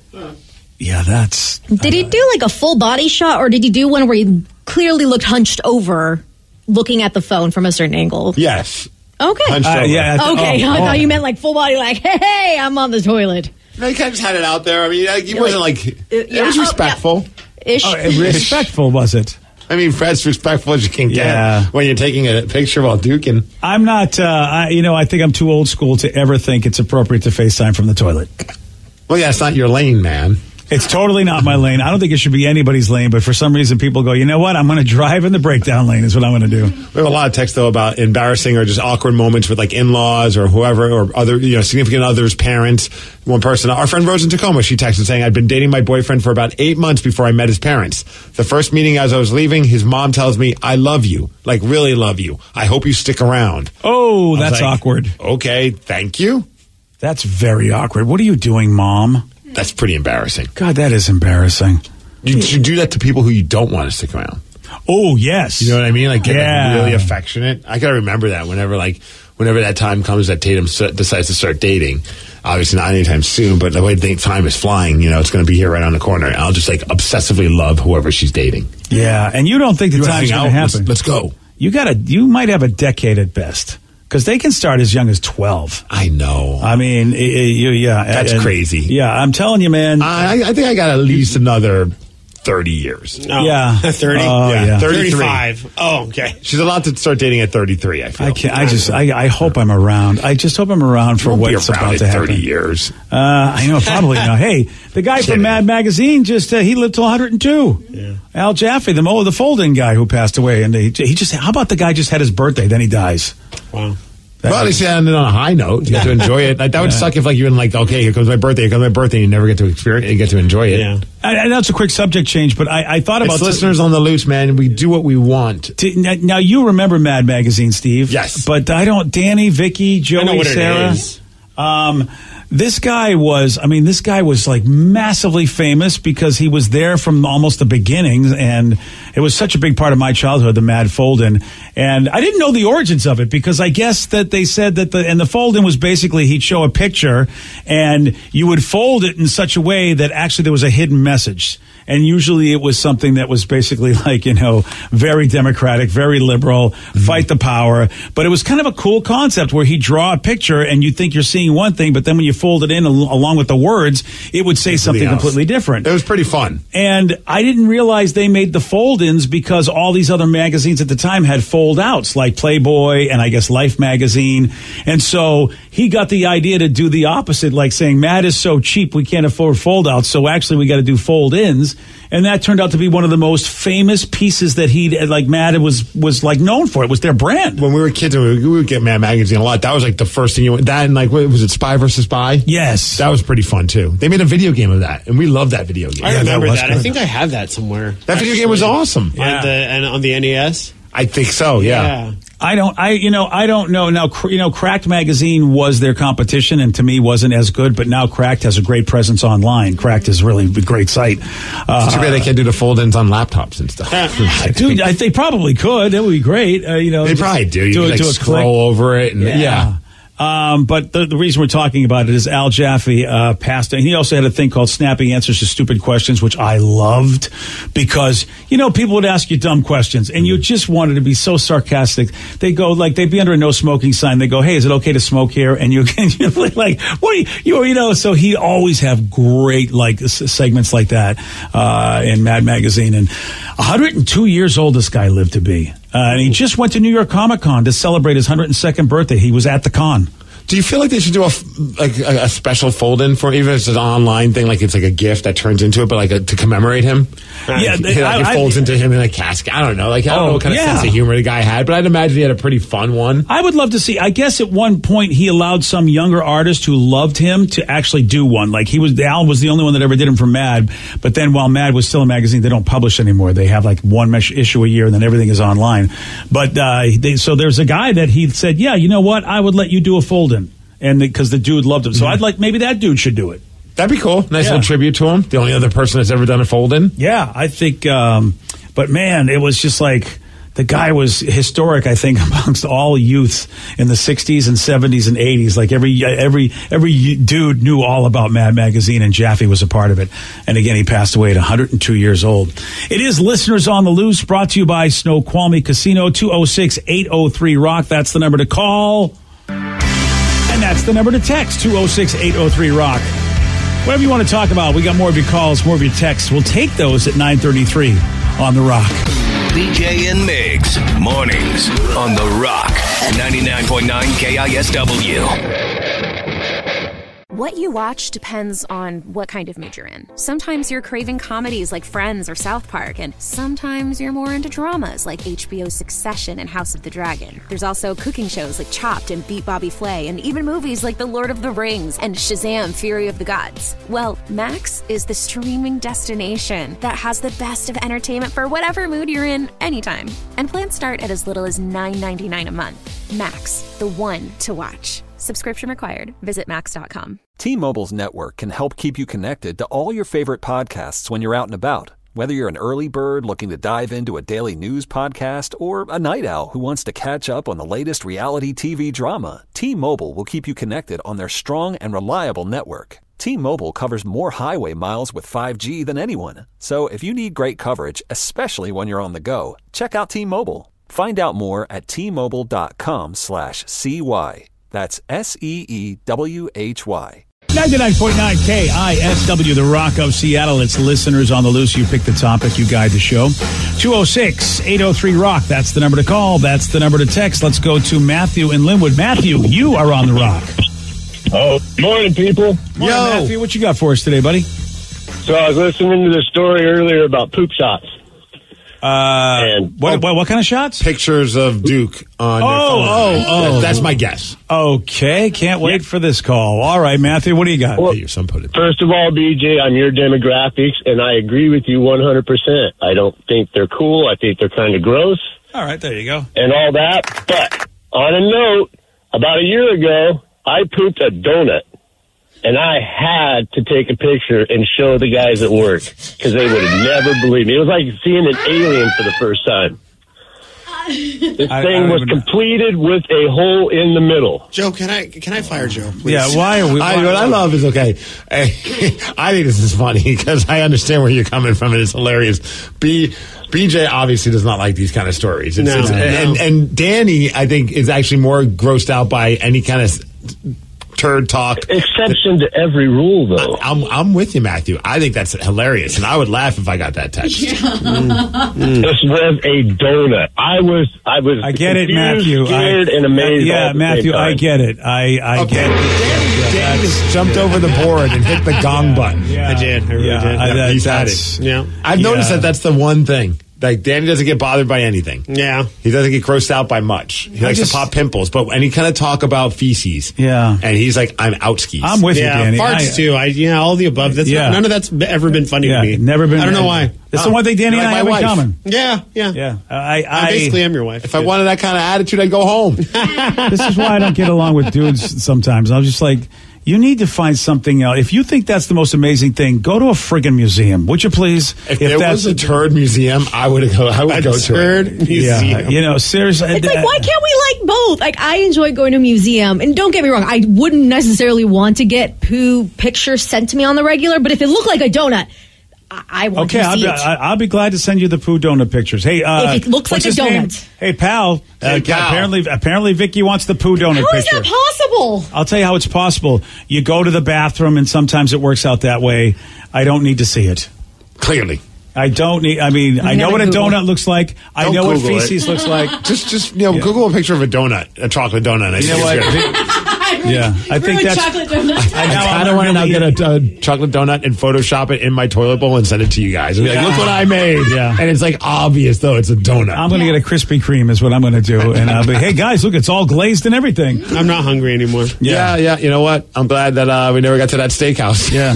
I can still eat. All right, we got a serious text message. 206-803-ROCK. That is the number to call and text. They need our help, and I am very excited to see what everybody's opinion is on this one. In fact, I think Sarah should come in on this one because Sarah. I think she might have the best insight to this, and I almost could see her doing something like this. Well, considering that she shows her body parts accidentally to the in-laws at this point. Okay, well, this has nothing to do with anything nude, offensive, donuts, or anything along those lines. Good. This person says, okay, I know this is dumb, but it bothers me how rude my wife is to our Alexa. She talks to Alexa like she talks to me when she's mad at me, i.e. all bitchy voiced. Do I dare say anything? The bitchy voice is triggering to him. I think that's what it is. Yeah, that's really what it is. It probably makes him go like he's almost like a gun shy. Is it bad that I try to say please and thank you to Alexa in case like the AI and like all that technology overlords? I want them to think like, oh, at least she was nice to us. Absolutely. That's why I'm nice to the crows outside of our house. Exactly. It's the same thing. So just tell her, you know what? When they become our overlords, you want them to be nice to us. So speak to it nicely. I really think you need to have a conversation with your wife about this, and please record it so we can hear how she responds to it, because it's not going to go well. I really think asking Steve for advice on something where he's just now grabbing a big bowl of popcorn, you don't really want to do that. I just love that he needed to tell us that she talks to him like talks to Alexa how like she is when she talks to me, and then need to really clarify by saying, i.e. all bitchy voiced. Yeah. Are you guys respectful to your Alexa? BJ, I bet you yell at your Alexa. You know what? Actually, like Vicky, I have changed my tone. Because for the same reason, I'm like, you know what? Let me be nicer to Alexa. Okay, you literally he voice to text and he yells at his phone, even voice to text all the time. Oh yeah, we hear it in the hallways. All the time. He's all bitchy voiced. Yes, very bitchy voice. And I'm like, it'd be faster at this point if you just typed it out. But there are sometimes when you get very upset at Alexa. I do. I'm trying to change my ways. Yeah, you need to, because I'm like, okay, where's the please and thank you, everyone? Come on. Please and thank you. I would definitely say you can try to have this conversation with your wife. However, I don't think it's going to go over well, and I don't think she's going to change her bitchy tone. What if she gets jealous and thinks like you have the hots for Alexa? Wait, who gets jealous? The wife, because you're now defending the Alexa. You need to be nicer to our Alexa. You need to be nicer to me and the Alexa, okay? Yeah. I think there's something to be said about the fact that here's Alexa with a pleasing voice who will do things for you, and I wonder if there is a level of jealousy there and annoyance. She obviously hates it. I know my wife, not a fan of Alexa, and has never been a fan of like. But what has Alexa ever done to you? Well, sometimes she doesn't hear you right. She hears you wrong. She plays the wrong song. Like, I understand. Sometimes I have my moments. Well, and I don't know if I don't even use Alexa. No, neither do I. But I was thinking about it. I changed my Siri voice to a male because the original Siri voice just sounded always so bitchy to me, and so I was getting mad at my Siri. Like every time she'd be like, I'll play that song. Is the man more comforting when he tells you what's up? Yes, he really is. It's like a warm hug. It's startling though when I'm in Danny's car or something and the man comes on. I'm like, what voice is that? You look in the back, like, is there a guy in the back? I'm like, yeah, what's going on? Yeah, it's awesome. Yeah, my wife has an Australian guy. Yeah, it's also startling. What's up with that? And I'm like, well, I can't. For Siri or for Alexa? For Siri. Oh, okay. And I have a hard time hearing accents, so it's like, I don't know what this guy's saying, so don't ask me to repeat it. I'm too lazy to ever change any of those things. Like, whatever they give me for Siri is what I'm taking. Yeah. Like, I'm not like going to change. Although every once in a while, and it still happens, I feel like she has like her moods. Oh, she does. Because there's sometimes where like she's giving me like directions, and I almost want to like call like a therapist for her. She sounds sad. Like, make a left on Olive, and I'm like, wait, yesterday you said make a left on Olive. Like all of a sudden you're Today's changing. a tougher day, pal. Right. So I'm like, oh well, they must have done an update, and they decided to go with depressing Siri. Oh, and you're like, are you okay, But buddy? the next day they're back to being happy about making a left on Olive. So what you're saying is that she might have a disorder. I think my Siri is bipolar. Yeah. Okay. Or just goes with the rain in Seattle. Maybe she's seasonal depression. Do you have SAD, Siri? Yeah. All right, that means you're gonna have to get a light box for your phone. Make sure she's always under a bright light so she feels happy. Can't I just keep the thing on and not have it auto lock or whatever? Is that enough light for Siri? I think maybe this guy should try to change the voice on Alexa and Yeah. see if that changes Well, that's a his good idea. wife's mood. Can you change it? I know you can change what you call her, but I don't know if you can change her voice. Let's ask her. Okay. Oh, yeah. Is this like the new thing? Like, you know how like you judge a relationship based on how they treat like a server? like a server or something. Yeah. Now it's like you're going to judge a relationship on how they treat your Alexa. Oh, I'm screwed if that's the case. You are. Yeah. Okay, so you just say Alexa, go change your Alexa, change your voice. Alexa, change your voice. I have a few voices to choose from. Oh. Let's go. Let's start with 3 you might like. Here is the first one. There's an official league for rock, paper, scissors. Whoa. If you want to play sometime, I'm game. Would you like to choose that one or hear another? Hear another. Hear another. Although he had a good voice. Kind of did. Here is the second one. Koalas have fingerprints, and they're very similar to a human's. Would you like to choose that one or hear another? Hear another. I feel like she's appropriating. Yeah. Here is the third one. The kiwi is the only bird in the world with nostrils on the tip of its beak. Would you like to choose that one or hear another? That's the one that my wife has. Hear another. Yeah, I want like Fran Drescher. The F was that? I don't know. Okay, you're all set. I'll be the voice you hear when you speak to this device. You can change how you wake me up. You can also change your wake word. Oh. I had no idea there was also. I know, I didn't right? know there were multiple voices. I want my safe word to be hamburger. Wow. I think he was just so stoked on that last one. So I'm a sucker for an Australian Well, apparently they are too. We said change the voice, and they went with that. I know. It likes me better. We're going with that one. There's a girl in that room that liked me. I'm sticking with it. But I feel like if you change, if the texter changes his Alexa voice to a dude voice, I don't know if she'd yell at him so much. Yeah, that's the whole point. Yeah, so I think that one, the Australian she one, is loves the good one. accents too. She might be even in a happier mood. Yeah, pick what that we're one saying for is you him. should dump your significant other because she's clearly jealous. Yeah. Yeah, that dude was like saying, that's not an Alexa voice. This is an Alexa voice. Do they have like celebrity voices? Like, could they like go like Mickey Mouse or something like that? Like or? they used to have for the GPS Louis. ones, remember? You Yes. could do like Morgan Freeman and stuff. I thought you could get Samuel L. Jackson for a limited time on Alexa. They'd like to talk to you.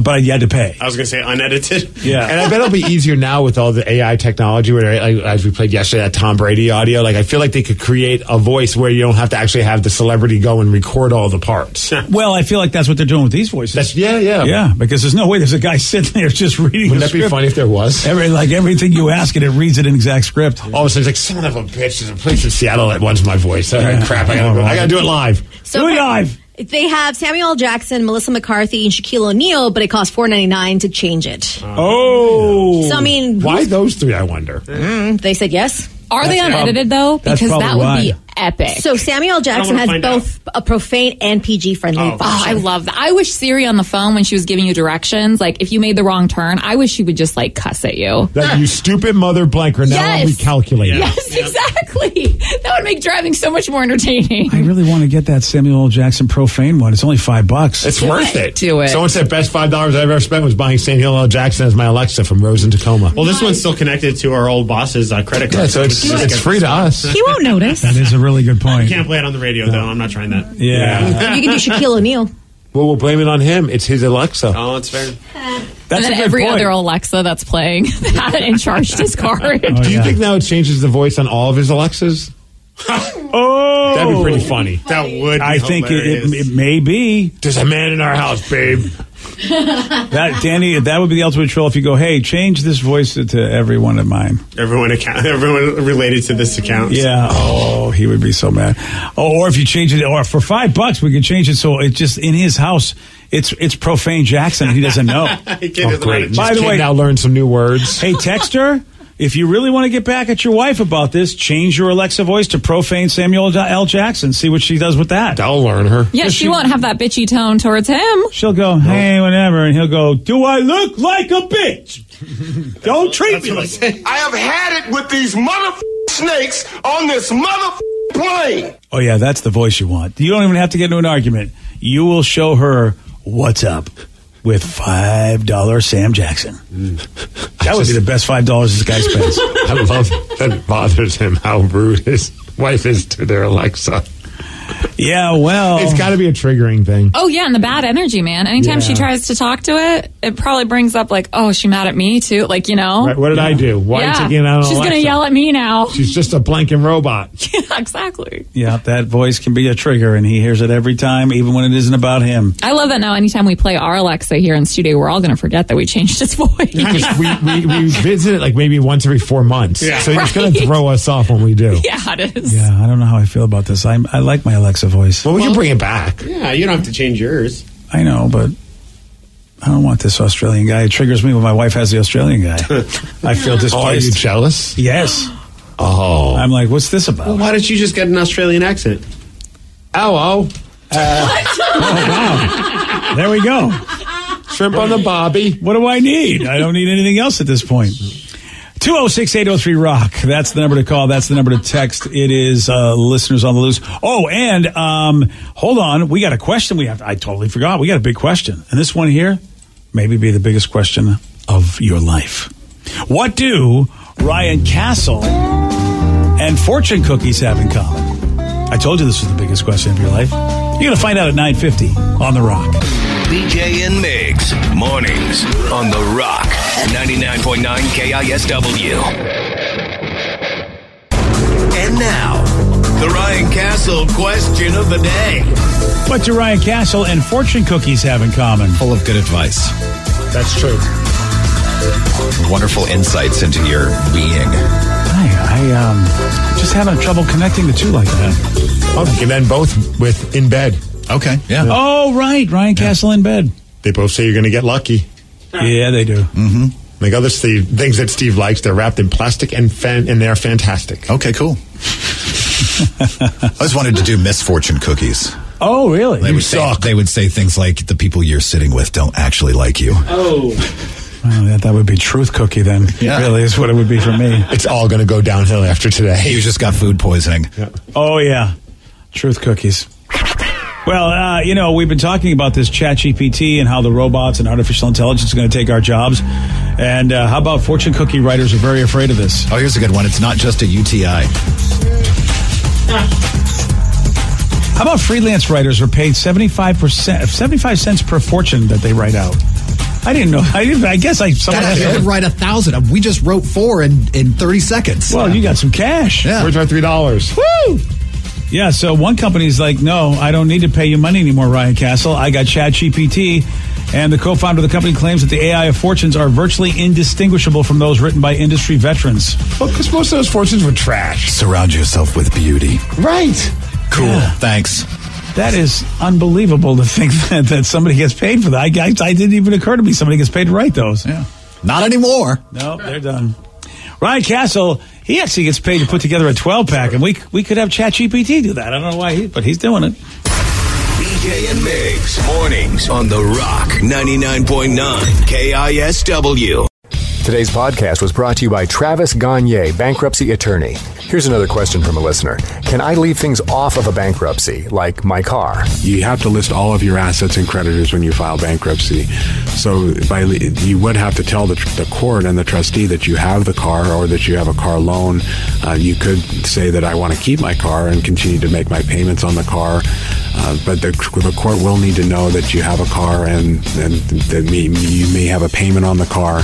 So by leaving it off the bankruptcy, if you mean that you cannot disclose it to the court, the answer to that is no, you must disclose it. However, that does not mean that you'll lose those assets.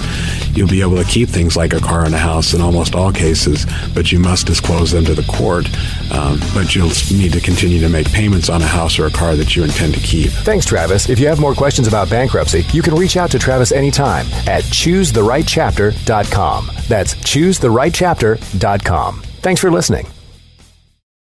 Invest invest in your future on your schedule at Columbia College. Earn an accredited degree faster with 8-week classes starting 6 times a year. Go at your own pace as you build your future. Learn more at yourfuture.ccis.edu.